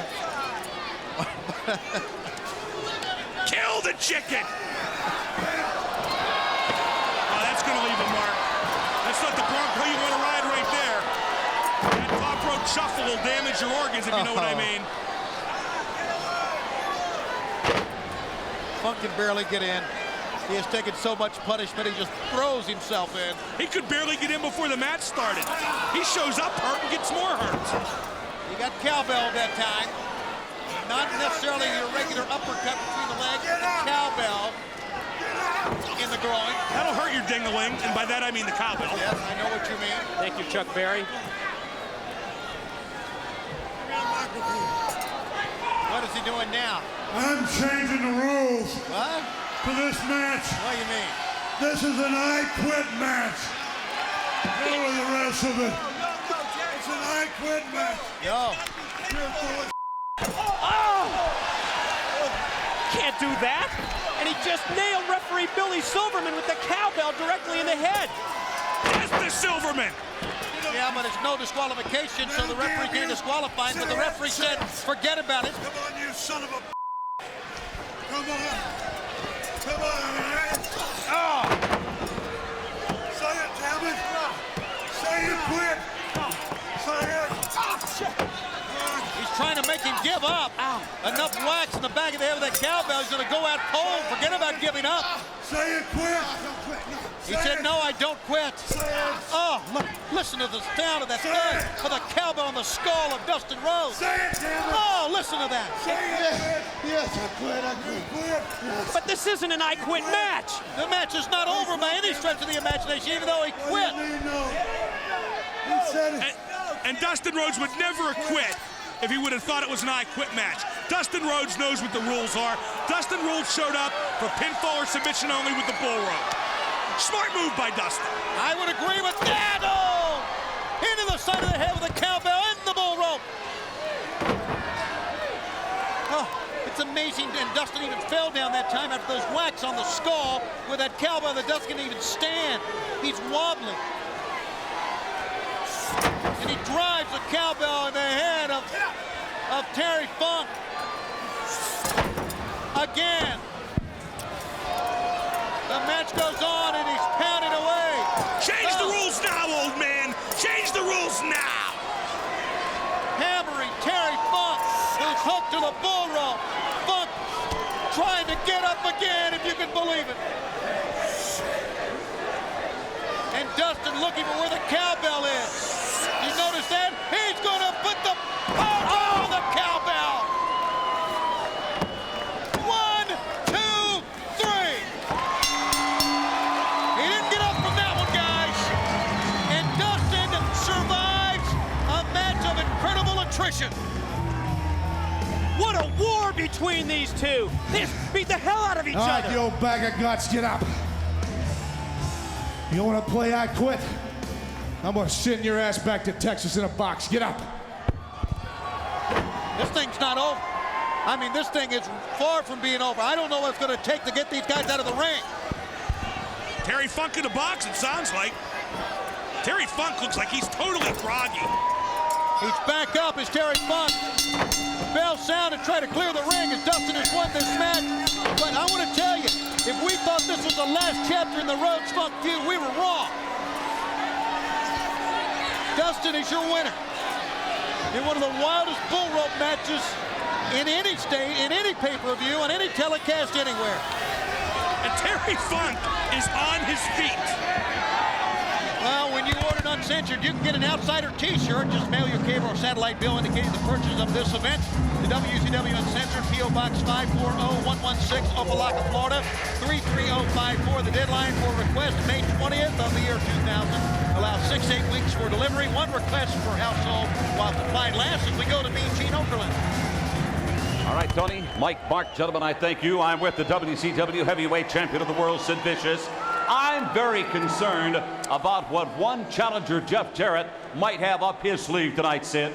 See, Mean Gene, it's not my first time dealing with Double J. Jarrett! I don't expect anything but something stupid out of you. So I am not going to worry about it, Mean Gene.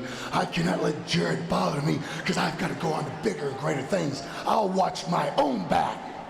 All right, the words of WCW World Heavyweight Champ Sid Vicious. Right now, let's take a look at the history of Sting and the Total Package. He has taken her down so many pegs. He's embarrassed her. No! Package and the devious Elizabeth have done total damage to the Stinger. Were they mocking Sting? Yeah, isn't that hilarious? The Total Package kicked my ass. Oh! Black Rose's knee. That's the symbol of death. He's head on. Oh! The fear the Total Package has. Liz, where's the bat? Who and what? Sting, you want a piece of me? How about a piece of this? Oh, my Lord! Gutless, no-show Sting. He was nowhere to be found. The Total Package is out of control. Somebody's got to stop him. Sting has come back With the baseball bat. Sting was the first victim of the Total Package when he began breaking the arms of all the WCW wrestlers. I'm back! I've been gone long enough, but I'm back at it uncensored. It's gonna be you and me for the last time! Out of the darkness comes Sting. Sting in the ring with a Total Package. Stinger splash. Luger felt it, and he's gonna feel it when the Lumberjacks surround the ring with cast on. The long lines of broken arms will either continue tonight, will be heightened, or will come to a screeching halt. And not only that, let's not forget we've been so wrapped up in the long line of broken arms and the Lumberjacks, we have forgot to mention one of the most important facts of all of this, is that after a long absence of wrestling, Sting finally returns to the ring in WCW on this telecast here tonight. Well, if you go back to Starrcade, back in the month of December 1999, we saw the Total Package break the arm of Sting. Revenge has been on the mind of Sting since then. Tonight is his opportunity. And you know what? Revenge is on the minds of these men around the ring as well. And their representative in this battle is going to be Sting.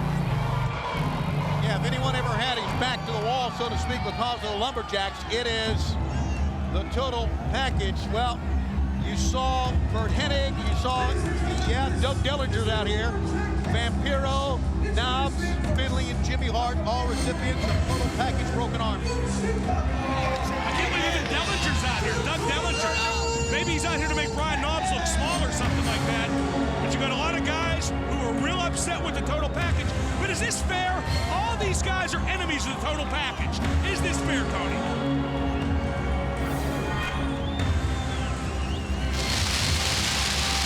I don't know if it's fair to try to break someone's hand. I mean, what is fair? Let me ask you this question. What at Uncensored is fair? Good point. There hasn't been too much happen tonight that has even smacked of justice. That's what Uncensored's all about. I'm just wondering about the Total Package and all those rumors that were flying around WCW for the past week or so. What rumors were they? Well, the fact that he was going out on a recruiting mission to try and line up some lumberjacks of his own. Haven't seen him yet. By the way, guys, speaking of uncensored, have you noticed I'm not wearing any pants? We're ignoring you. No, but we noticed the total package has no shirt on. What a specimen, huh? What is it, 4% body fat, he says? That's what he says. And he does it on the road. Bodybuilders don't go on the road. The package maintains this physique on the road. That's the amazing part. Why don't you get in there and pose with it? Oh, not wearing pants. That would be kind of embarrassing. Yes, it would. Yes, it would. I would agree with that. Never I'm mind. wearing shorts. Mark Madden's not wearing pants.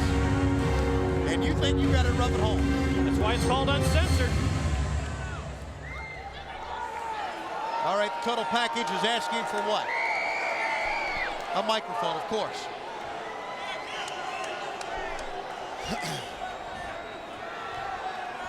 Well, as you just saw, visually, that's why they call me the total package. You know what? He wants to turn around to the camera, but he doesn't. Before this lumberjack cast match gets out of hand, turn his back on. I want to, for now, Yeah, at least, really diffuse the situation a little bit, apologize to each and every one of you individually right now for breaking every one of your arms. I am truly sorry from the bottom of my heart. I really am. He is sorry. He's right. Yeah, very heartfelt. He is sorry as they come. I believe him. But you know what they say? The total package is also the most intelligent wrestler, so don't think I didn't bring backups here. Please bring down my lumberjacks. His lumberjacks. His lumberjacks. I guess the rumors were right for a second time. Well, the package always has a game plan. He's never going to get sold short. And here comes some pretty mean hombres, all with casts on their arm. Look at that. It's Hugh Morris, Big T, Stevie Ray and Cash from Harlem Heat. And there they are, the new World Tag Team champs, the Harris Brothers. And might I say, each one of these men voluntarily broke their arms so they could don cast for the total package. You know what? I don't buy that, but here's the fact that his lumberjacks have cast on. His lumberjacks do not have broken arms. So his lumberjacks would have some sort of advantage here if you think about the broken arm. Hey, what a Does that make any sense? Absolutely, it makes sense. What a coup for the package. He did the right thing. He did the smart thing. Please give the package credit. Okay, he's got credit. He is, as the old cliche goes, to reform this one out, he's leveled the playing field. And Sting has come back to the ring in WCW. They're standing, they're cheering. You know, you think about the career of Sting in WCW, from being the franchise, being the world champ, he's won every title. He still gets one of the greatest responses of anyone, and it's because the man can perform in the ring. He has always been very outspoken, very confident, very cocky, if you will, but he can back it up. And the total package immediately goes to town on Sting and tries to get the cape off. And he does. That trench coat of his, and Sting finds himself on the receiving end of some blows by the total package. Here comes Sting back. And guys, keep in mind the rules for this lumberjack cast match. By the way, a first ever history-making match in World Championship Wrestling. One of the wrestlers goes out to the floor. The lumberjack's job is to throw him back inside, but you know they're going to use those casts. If you get out on the wrong side of town, it looks like Luger's in a, well, the total package is in a pretty friendly part of Miami. Right, he rolled outside among his lumberjacks. Sting's lumberjacks are trying to get to him, but the package rolled back in with relatively little damage done to him outside. No damage at all, in fact. Yeah, if he gets rolled out on the other side, along there with Jimmy Hart and Doug, I want to see Doug Dillinger and Jimmy Hart put the boots to the total package. I want to see him use the cast. Forget about the boots. I want to see him do something. That'll be worth the price of uncensored here tonight. That's the hand Doug Dillinger eats with, too. That's a pretty big injury he sustained. He's ambidextrous. Now so am I. In his comeback match, Sting looks like he has not missed a step. Wouldn't you agree, Mike? And he's turning it up here in his opportunity to gain revenge, to gain vengeance on the total package. Not just for his own broken arm, but for the broken broken arms of everybody else around ringside. And the fans are back with each and every blow, each and every step.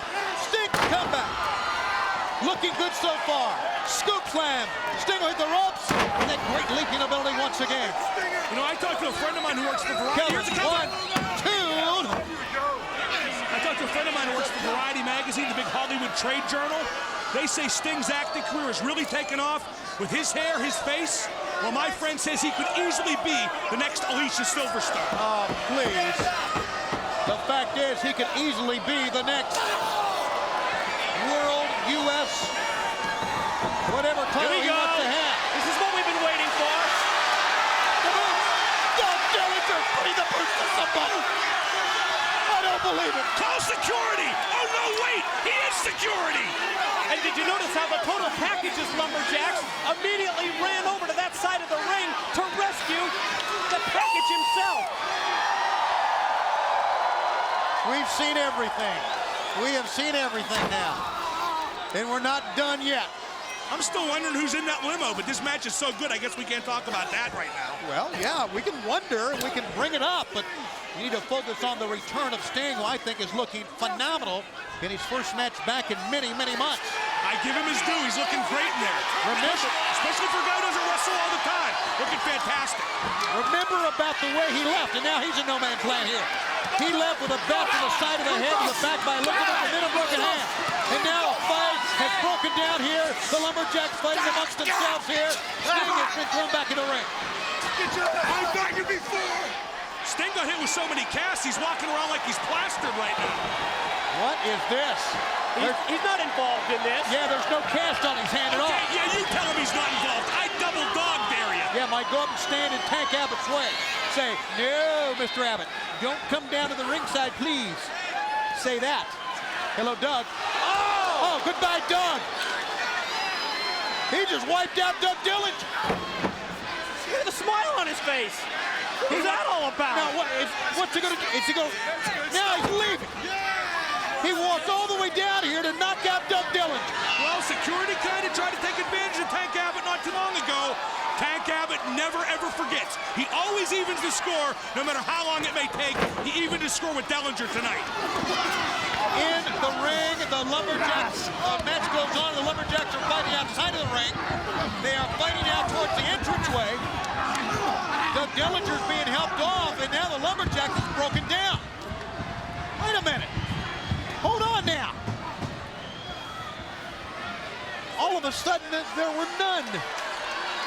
Meanwhile, back in the ring, there are no Lumberjacks. Let's go, the three of us. Let's go up there. Let's help out. Yeah, right. Wait a minute, you forgot about Vampiro. Plus, you don't have any pants on. Rear chin lock. Here comes the Lumberjack. Oh, boy, is it ever. And the favor swings to the side of Team Package. Ric Flair. Well, Vampiro stayed out there. Good for Vampiro. He's a Lumberjack and he's okay. A man of his word, a man of honor. But he met the Nature Boy Ric Flair and Elizabeth.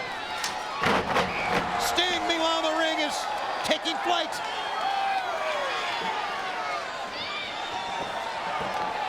Flair raked Sting in the eyes. Ric Flair. Uh-oh. Bad maneuver. Remember who you're in there with. Stinger splash on Ric Flair. And he bailed him out. Oh, drop kicked him down. And then the double lock 10 over the Total Package. Cut off Sting that time. Momentarily, Sting taking care of both members of Team Package. Numbers game just too strong. Meanwhile, I think some Lumberjacks are on their way back. Stinger slam. Got him. Look at Elizabeth with a baseball bat. On the shoulder. Vampiro's got the baseball bat. Jimmy Hart is grabbing Elizabeth. And he's got the belt. He's got Hulk's weightlifting belt. He's holding her at bay. Now, that just is not gentlemanly. I'm sorry. Yeah, I know it's not. But remember, 10 seconds ago, she whacked Sting on the shoulder with a ball bat. The Package and Sting both down. Pac is making an easy cover here, Tony. 1, 2. He got his shoulders up. That was not a good cover by the package across the midsection, not across the shoulders. And Sting was able to come back, and now the package says he's going to rack Sting. And I would venture to say, Mike, after the ball bat across the back, that Sting cannot take too much of the Lex torture rack. Well, now would be the time to take advantage. Can the package get him up in the rack? He's got him up. Vampiro in the ring. He's got the bat. The Stinger death drop. 1, 2, 3. Sting wins. Sting wins.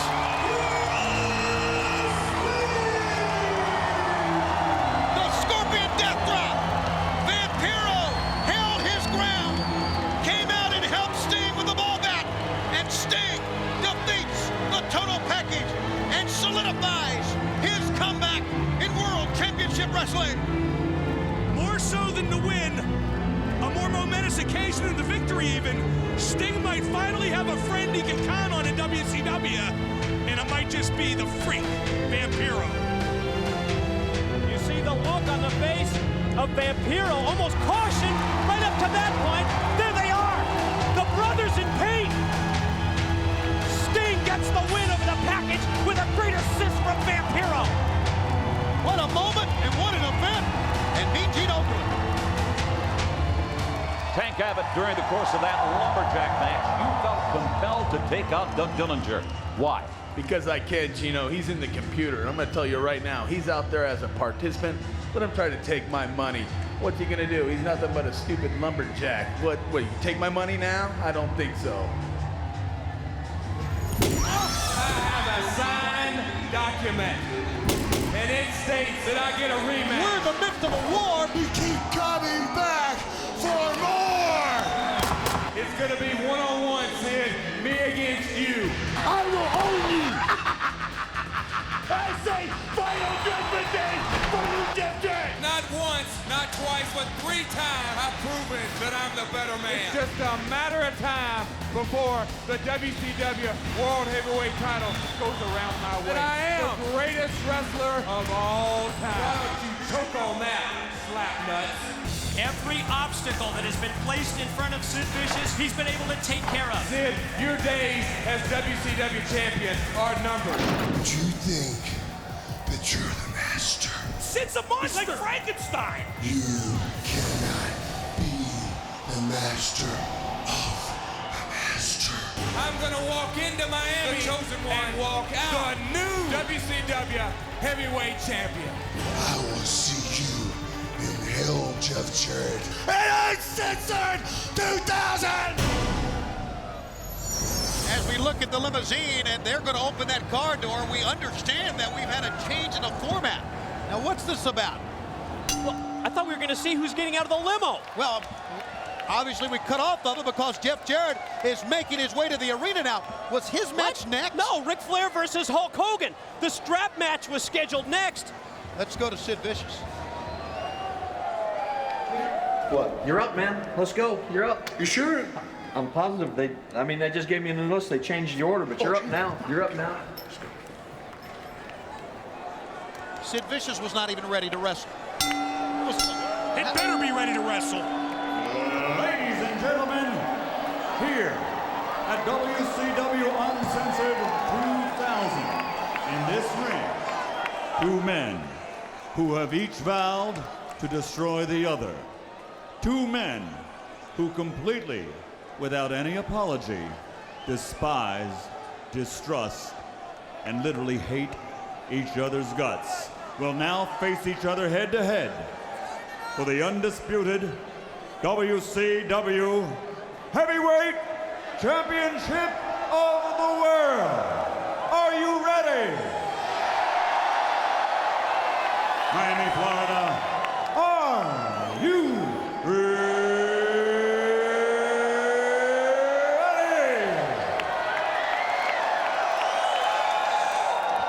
For the thousands in attendance and the millions watching around the world, ladies and gentlemen, let's get ready to rumble!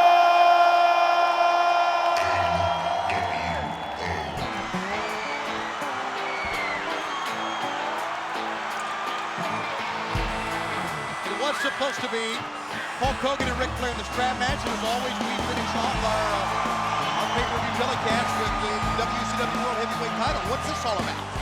I don't know, but I'm glad to get the chosen one out here, because the earlier the match ends, the earlier the celebration starts for the new world champ.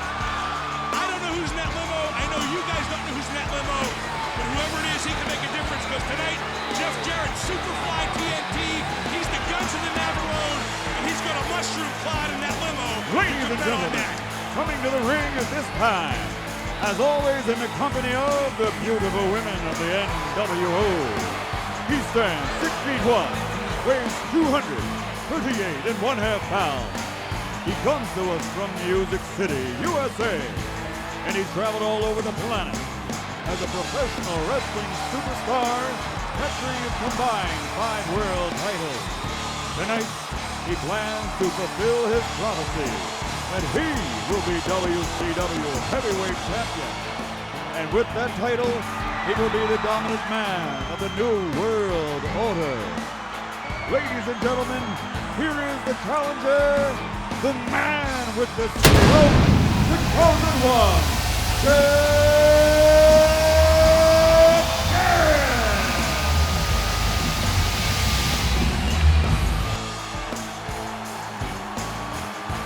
Who is in the limousine, and as they went to the door, the person or persons obviously coming out, and what do they have to do with Jeff Jarrett, if anything, here tonight?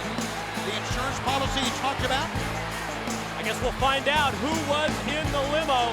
One of the questions that we're going to get answered, the other one is that, well, Jarrett's proven that he can't beat finally, Sid. But can he do it tonight? Finally, the time has come for the chosen one to realize his destiny. It's a big step.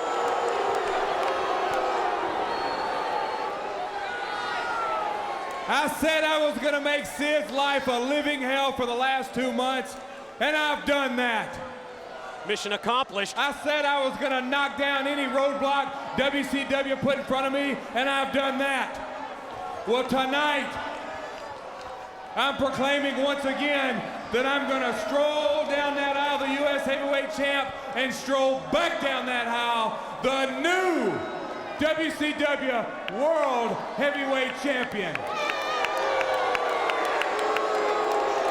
Because WCW has tried to screw the chosen one time and time again. Well, tonight, I've got one up my sleeve. Yeah, they may have one up theirs, but I've got one up mine.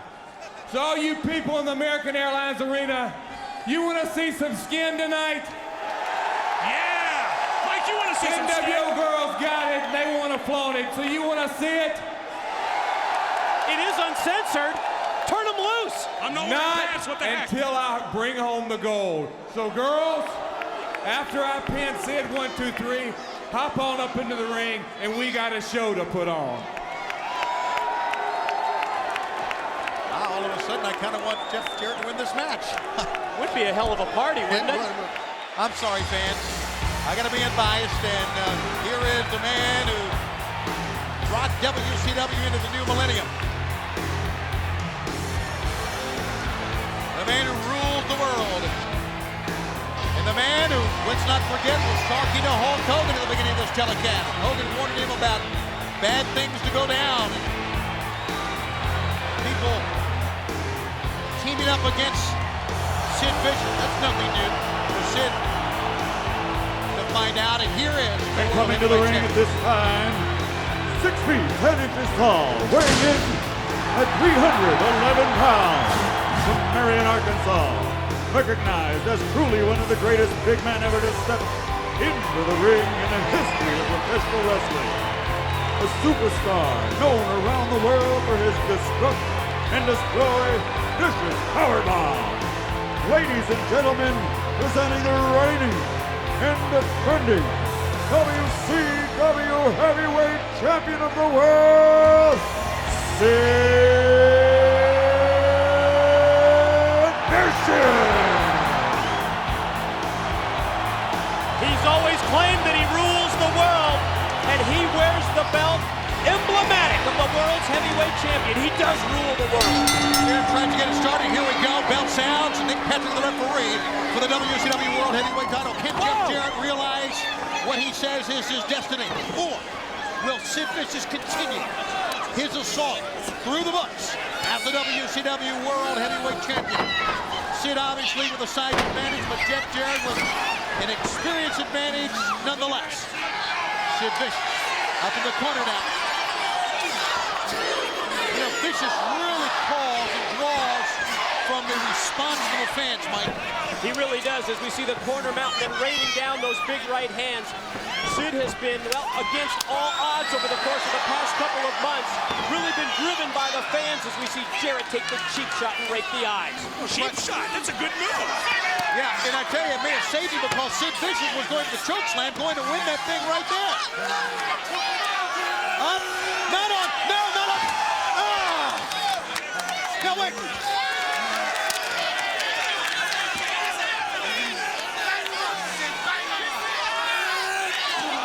Double axe handle by Sid coming off the broadcast table.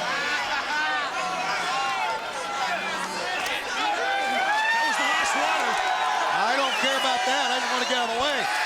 And I think if you're Jeff Jarrett, you want to get out of the way too. Now this isn't a good move by Sid. Sid should keep it in the ring. Sid should try to beat Jeff as quickly as he can, because the longer the match goes on, Jarrett's very resilient, has good cardio. The longer it goes on, the better chance there is for the chosen one to become the chosen champ. I didn't hear anything about any type of no disqualification or no count-out stipulations. But of course it is uncensored, so the referee is falling him outside. In reality, a count-out would keep the title around the waist of Sid Vicious. This is where our officials do a very good job, though, Mike and Tony. They know the importance of a world title match. They know that the fans want to see a decisive finish. So the referees aren't going to call anything but a 1-2-3 or a submission in here. Not because they have to do it that way, but because the fans want it that way. That's a very good point, Mark, and I would agree with that. This is what this event's all about. And how can you call a count out of a world title match after a guy's been thrown off of a scaffold, after they fought into a bathroom already, and here the Harris brothers get involved? I mean, it just kind of goes with the flow of the night, Mike. That's one of the negatives once Big Sid goes out to the floor. Yes, he was inflicting that pain on Jarrett, but it opens it up for the Harris brothers to interfere, and they do so blatantly, bringing Vicious, the world's champion, back into the ring. And the referee in a little tug of war with the master of slapnuts. And meanwhile, the new World Tag Team Champions, the Harris brothers, have wasted Sid on the inside, and now Jeff Jarrett may win this thing. Jarrett did the right thing. He kept Nick Patrick away from the ring, while the Harris boys took a big chunk out of Sid Vicious. Jarrett has the big man off his feet, which is where he wants it. And he is hammering him now. Head is bouncing off the canvas and back up. A warning of a clenched fist. Well, they fight all the way through the back and you get a warning for a clenched fist. As long as you break that clenched fist by a 5 count, you're okay. And those were vicious right hands delivered to the head of Sid Vicious by Jeff Jarrett. Need to be just measuring him. The NWO girls cheering at ringside, the longest they've ever stayed out for a match in quite a while, and now the sleeper hold on. And Jeff Jarrett set up Sid very well for this. He took a lot out of him, repeated punches to the head. Sid's already a little woozy, no doubt. Sid's gathered some strength here, though, but I think Jeff's in good shape right here. A calculated move, and I think a good move on the part of Jarrett to try and get the 6'10", well over 300-pound champion down to the mat. Sid fighting it off. He's doing all he can, and he's staying on his feet. That's remarkable. Well, so much for that. Yeah, so much for that is right, and he goes down to the knees. Well, this is going to be tremendous. New world champion, the chosen one. We see some skin. We have a party. Guys, I'll make sure you two are invited. Thank you very much, Mark Matt. And I'll be wearing pants there as well for a while. Please help us on that end. Meanwhile, Sid's not out yet. He's close. Yeah. He's real close. And he's not out of it yet. Sid is indomitable. Sid does rule the world. And here he goes again. Damn him. The concern on the face of the NWO girls, because Sid is back into it. He's up. He sends Jeff Jarrett in, and Jeff Jarrett with a great move. Foot to the face. One step ahead. Jarrett, double axe handle. No, Sid caught him. Sid dropped down low that time. Caught him as he hit the canvas. Jarrett hits the ropes. Sid hits Jarrett. Jarrett head hockey. Back he goes. Here we go into the ropes. Bigfoot. Bigfoot's no myth to Jeff Jarrett now. Sid just took his head clean off. Well, Sid looking good, but you see the interference from outside by one of the Harris brothers. That opens it up for Jarrett. Oh, to go face first right into the title belt. He landed on the title belt. Nick Patrick took 1, 2. He escaped. What resilience by the Chosen One. I think that was timing right there. I think fortitude. I think Nick Patrick is not taking anything away from Jeff Jarrett. Had Patrick turned around immediately, it would have been a whole different story. Jeff would have broken it. Jeff knows when it's a 2, when it's a 2.5. He would have gotten out of it. Well, maybe you're right. Into the ropes. Yeah! It's choke slam time. Boy, I spoke too soon on that one. That'll make you choke as well. Jeff caught him as he was putting Jeff up, and now Jeff caught the referee with a back elbow. An accident, admit it. What? An accident. I'm not sure. Well, yeah, tell me that was accidental. That may have been. Oh, no. Harris brothers just handed the guitar into Jarrett. We've got a new world champion. There's no ref, though. Jeff kind of screwed himself there. Well, he's not going to accomplish the second part unless he takes out the referee. Who's he calling for? What's this all about? Okay, good ref. Slick Johnson. Who was that behind Slick Johnson? 1, 2. That was Hulk Hogan. What a glory hog. Out here to absorb the spotlight that belongs to the Chosen One. This is disgusting. Hulk Hogan's come in to right or wrong. He's nailing Jarrett. Big-footed Jarrett goes down. He's gonna take the Harris brothers out too. There's that big leg drop by Hogan. Gonna try and roll Sid over.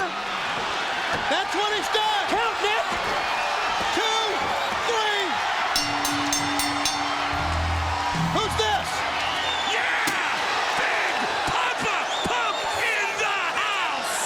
Is that the insurance policy he was talking about?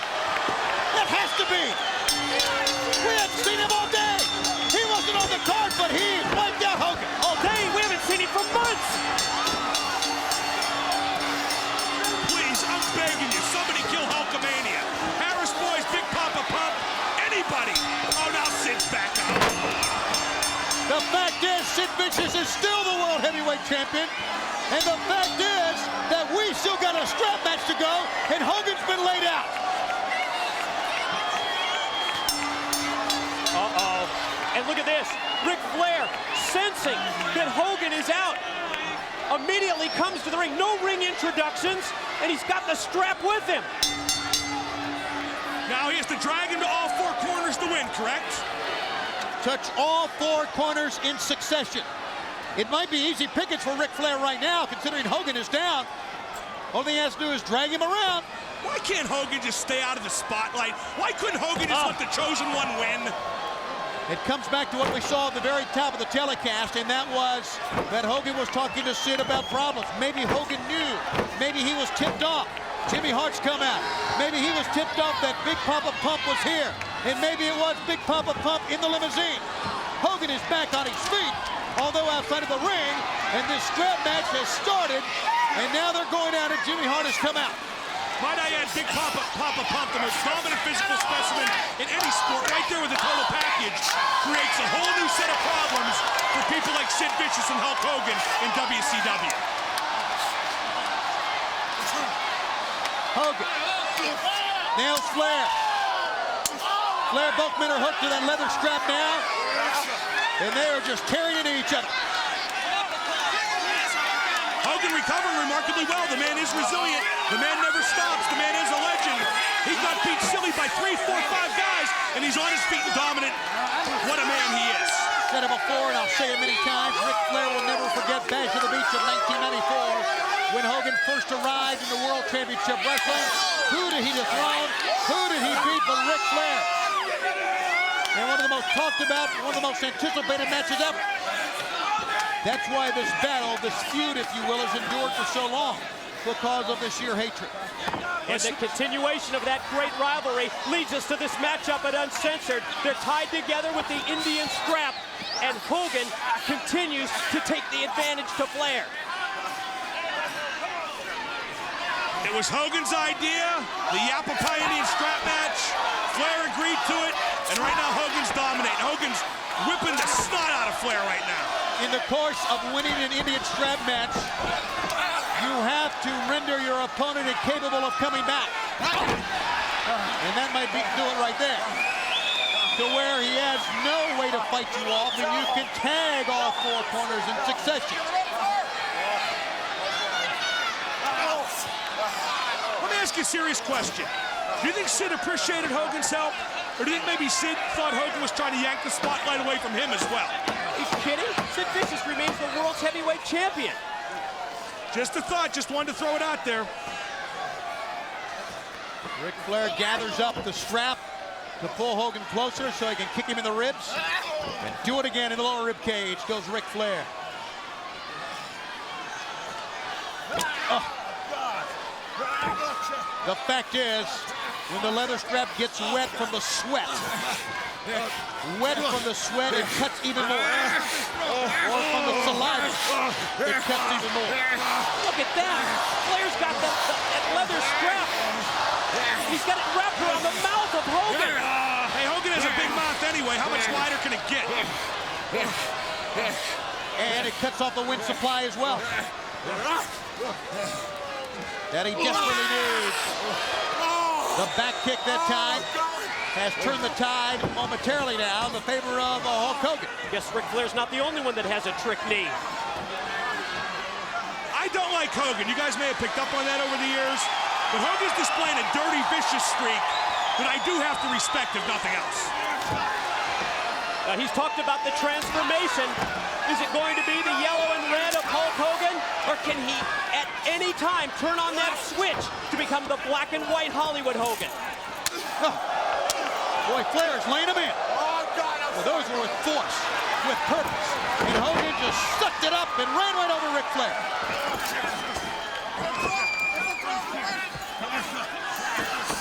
Referee went down to say no pins, and Hogan didn't want a pinning. He was choking. That's exactly what he was doing. Gotta give Hogan grudging respect. He came to play tonight. He's in with the dirtiest player in the game. You know what, Mike? Today, Hogan might be playing dirtier right now. You know what? You gotta do it. You gotta play dirtier than Ric Flair in a match such as this.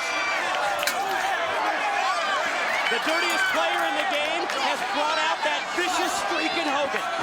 And he always does, Mike, today. He always does. Hogan sends Flair up against the barricade to the ringside fans. Flair looks like he could barely stand, so Hogan rolls him in the ring. Maybe this is the chance that Hogan has to run around and touch all four corners. No man has attempted to win the match yet.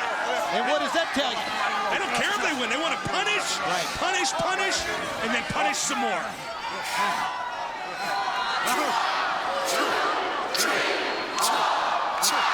Oh, he's sticking those knuckles into the forehead of Ric Flair. He's digging his teeth in there. Oh, my Lord. There's your role model, America. He's biting the man's forehead right now.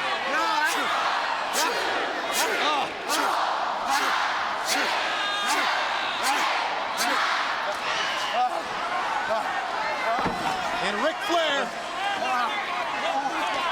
cannot even stand. He drops to the floor.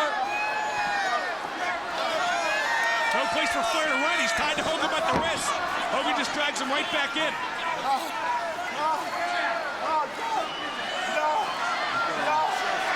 Flair begging off. Hogan. As Flair's been opened up, gets nailed. If Flair's bleeding, no big deal. Flair will taste his own blood, feed off, and come back stronger than ever. And once again, Hogan with no attempt at all to move your opponent, no attempt at all to win the match. This is not what it's about. Hogan's right-handed punches, guys, are as hard as they get. He twists that wrist as he snaps him in there. That'll not only hurt you, it'll cut you as well. In the rules of a strap match, not only do you have to touch all four corners in your section, but you must drag your opponent along with you. The personal animosity that's been built up through the years between these two has really come to a head here at Uncensored. And Flair, high-risk moves, may not be the smartest thing. Flair, but the last time him going upstairs worked was at the very first Starrcade when he pinned Harley Race for the title. He got to stay on the ground. He has to wrestle a smart match. Rick, don't let your emotion get the better of you. Oh, outside. Hogan runs over Ric Flair. He's going to give Jimmy Hart a few lashes. Remember Thunder on Thursday. On Wednesday, actually. Oh, and he steps the back. Look at Jimmy Hart go. Jimmy Hart took some horrible lashes that night. See the welts all over his body? They're incredible. Another real heroic move, double teaming Ric Flair. Jimmy Hart should be so proud. And Ric Flair. That's it, Rick. Hulk Hogan. Giving chase to Ric Flair, and has Flair had enough? Up on the entranceway, Hogan. And still, no one has attempted to win this thing. And now no one can. They're up halfway backstage. Hold on! Hold on! It's the total package!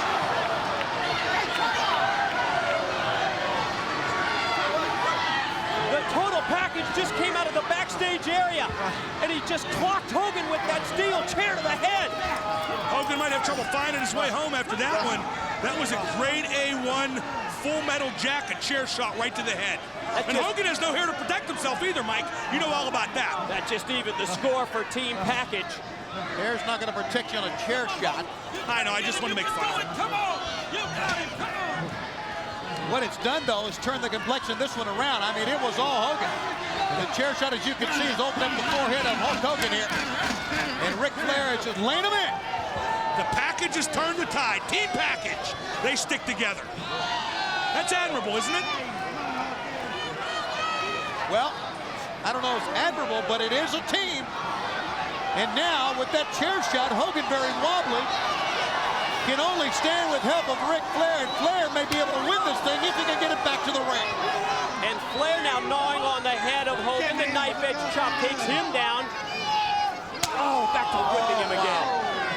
You know, you can take chair shots, you can bite a guy in the head, his forehead can bleed, but those welts, I'm sure they'll tell you will hurt as much or even more than anything a chair shot can do to you.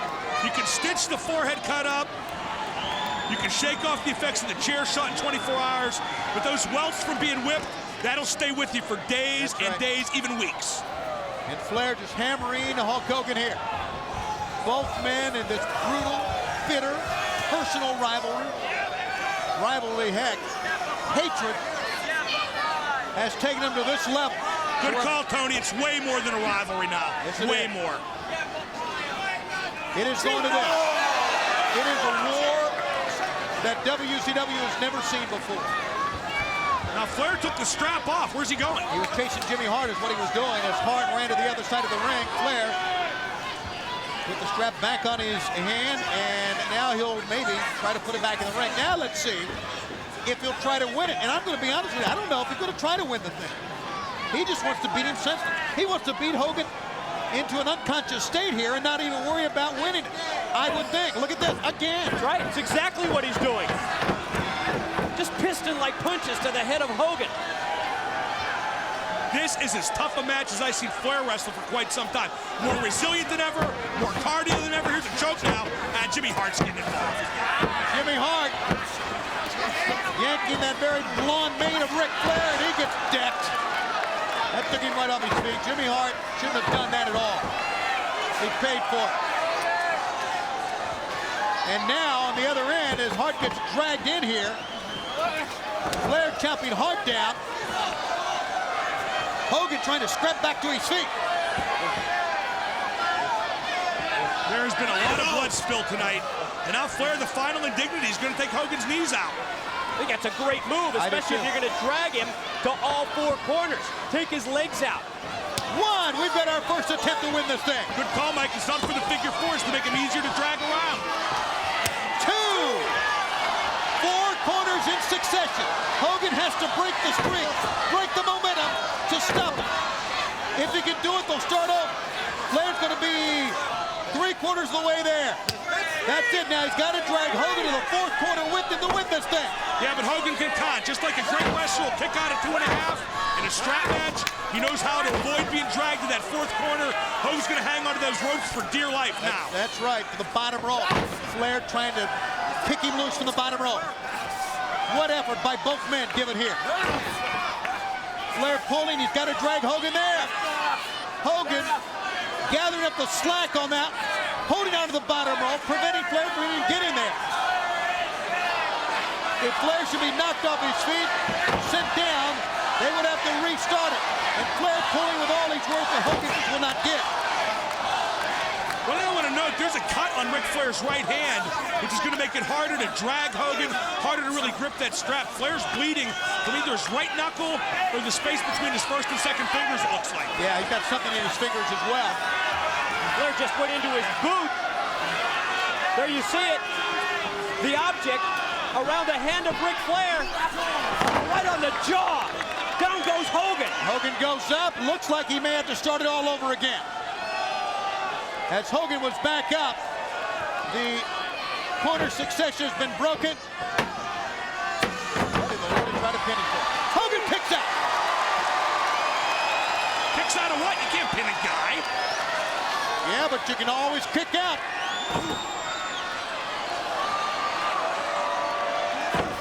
Flair driving the fist into Hogan back and forth, and here comes Hogan.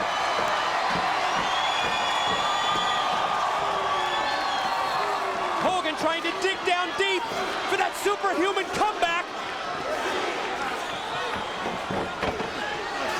The big foot. Touch them all. Gotta drag him with it. I gotta admit, he's got him now. Flair looks really incapacitated. And Hogan has the strength edge. He's bigger and he's stronger. He is halfway there.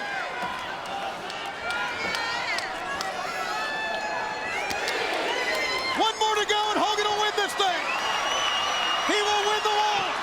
He will win the battle. We have got the total package in there. Hogan up to the task. The big boot for the total package. The leg drop on Flair. He pinned it. And he touched the fourth corner to win it. That's like sweeping a doubleheader, I guess, Tony.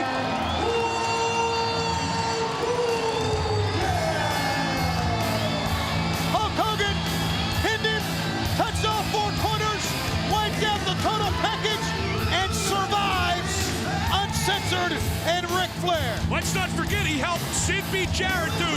WCW now more than ever is firmly in control of Hulk Hogan. And these fans love it.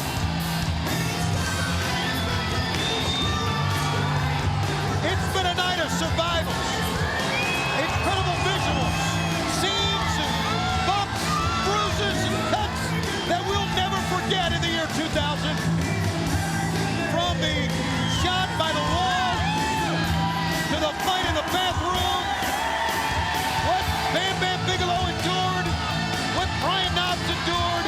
Omar as well. That's right. Hogan and Flair. Sid Vicious retains the World Heavyweight title. We're going to recap all this tomorrow night on Monday Nitro and see you Wednesday on Thunder. For Mike and Mark and Gene, I'm Tony Schiavone. Have a good night, everybody, from Miami.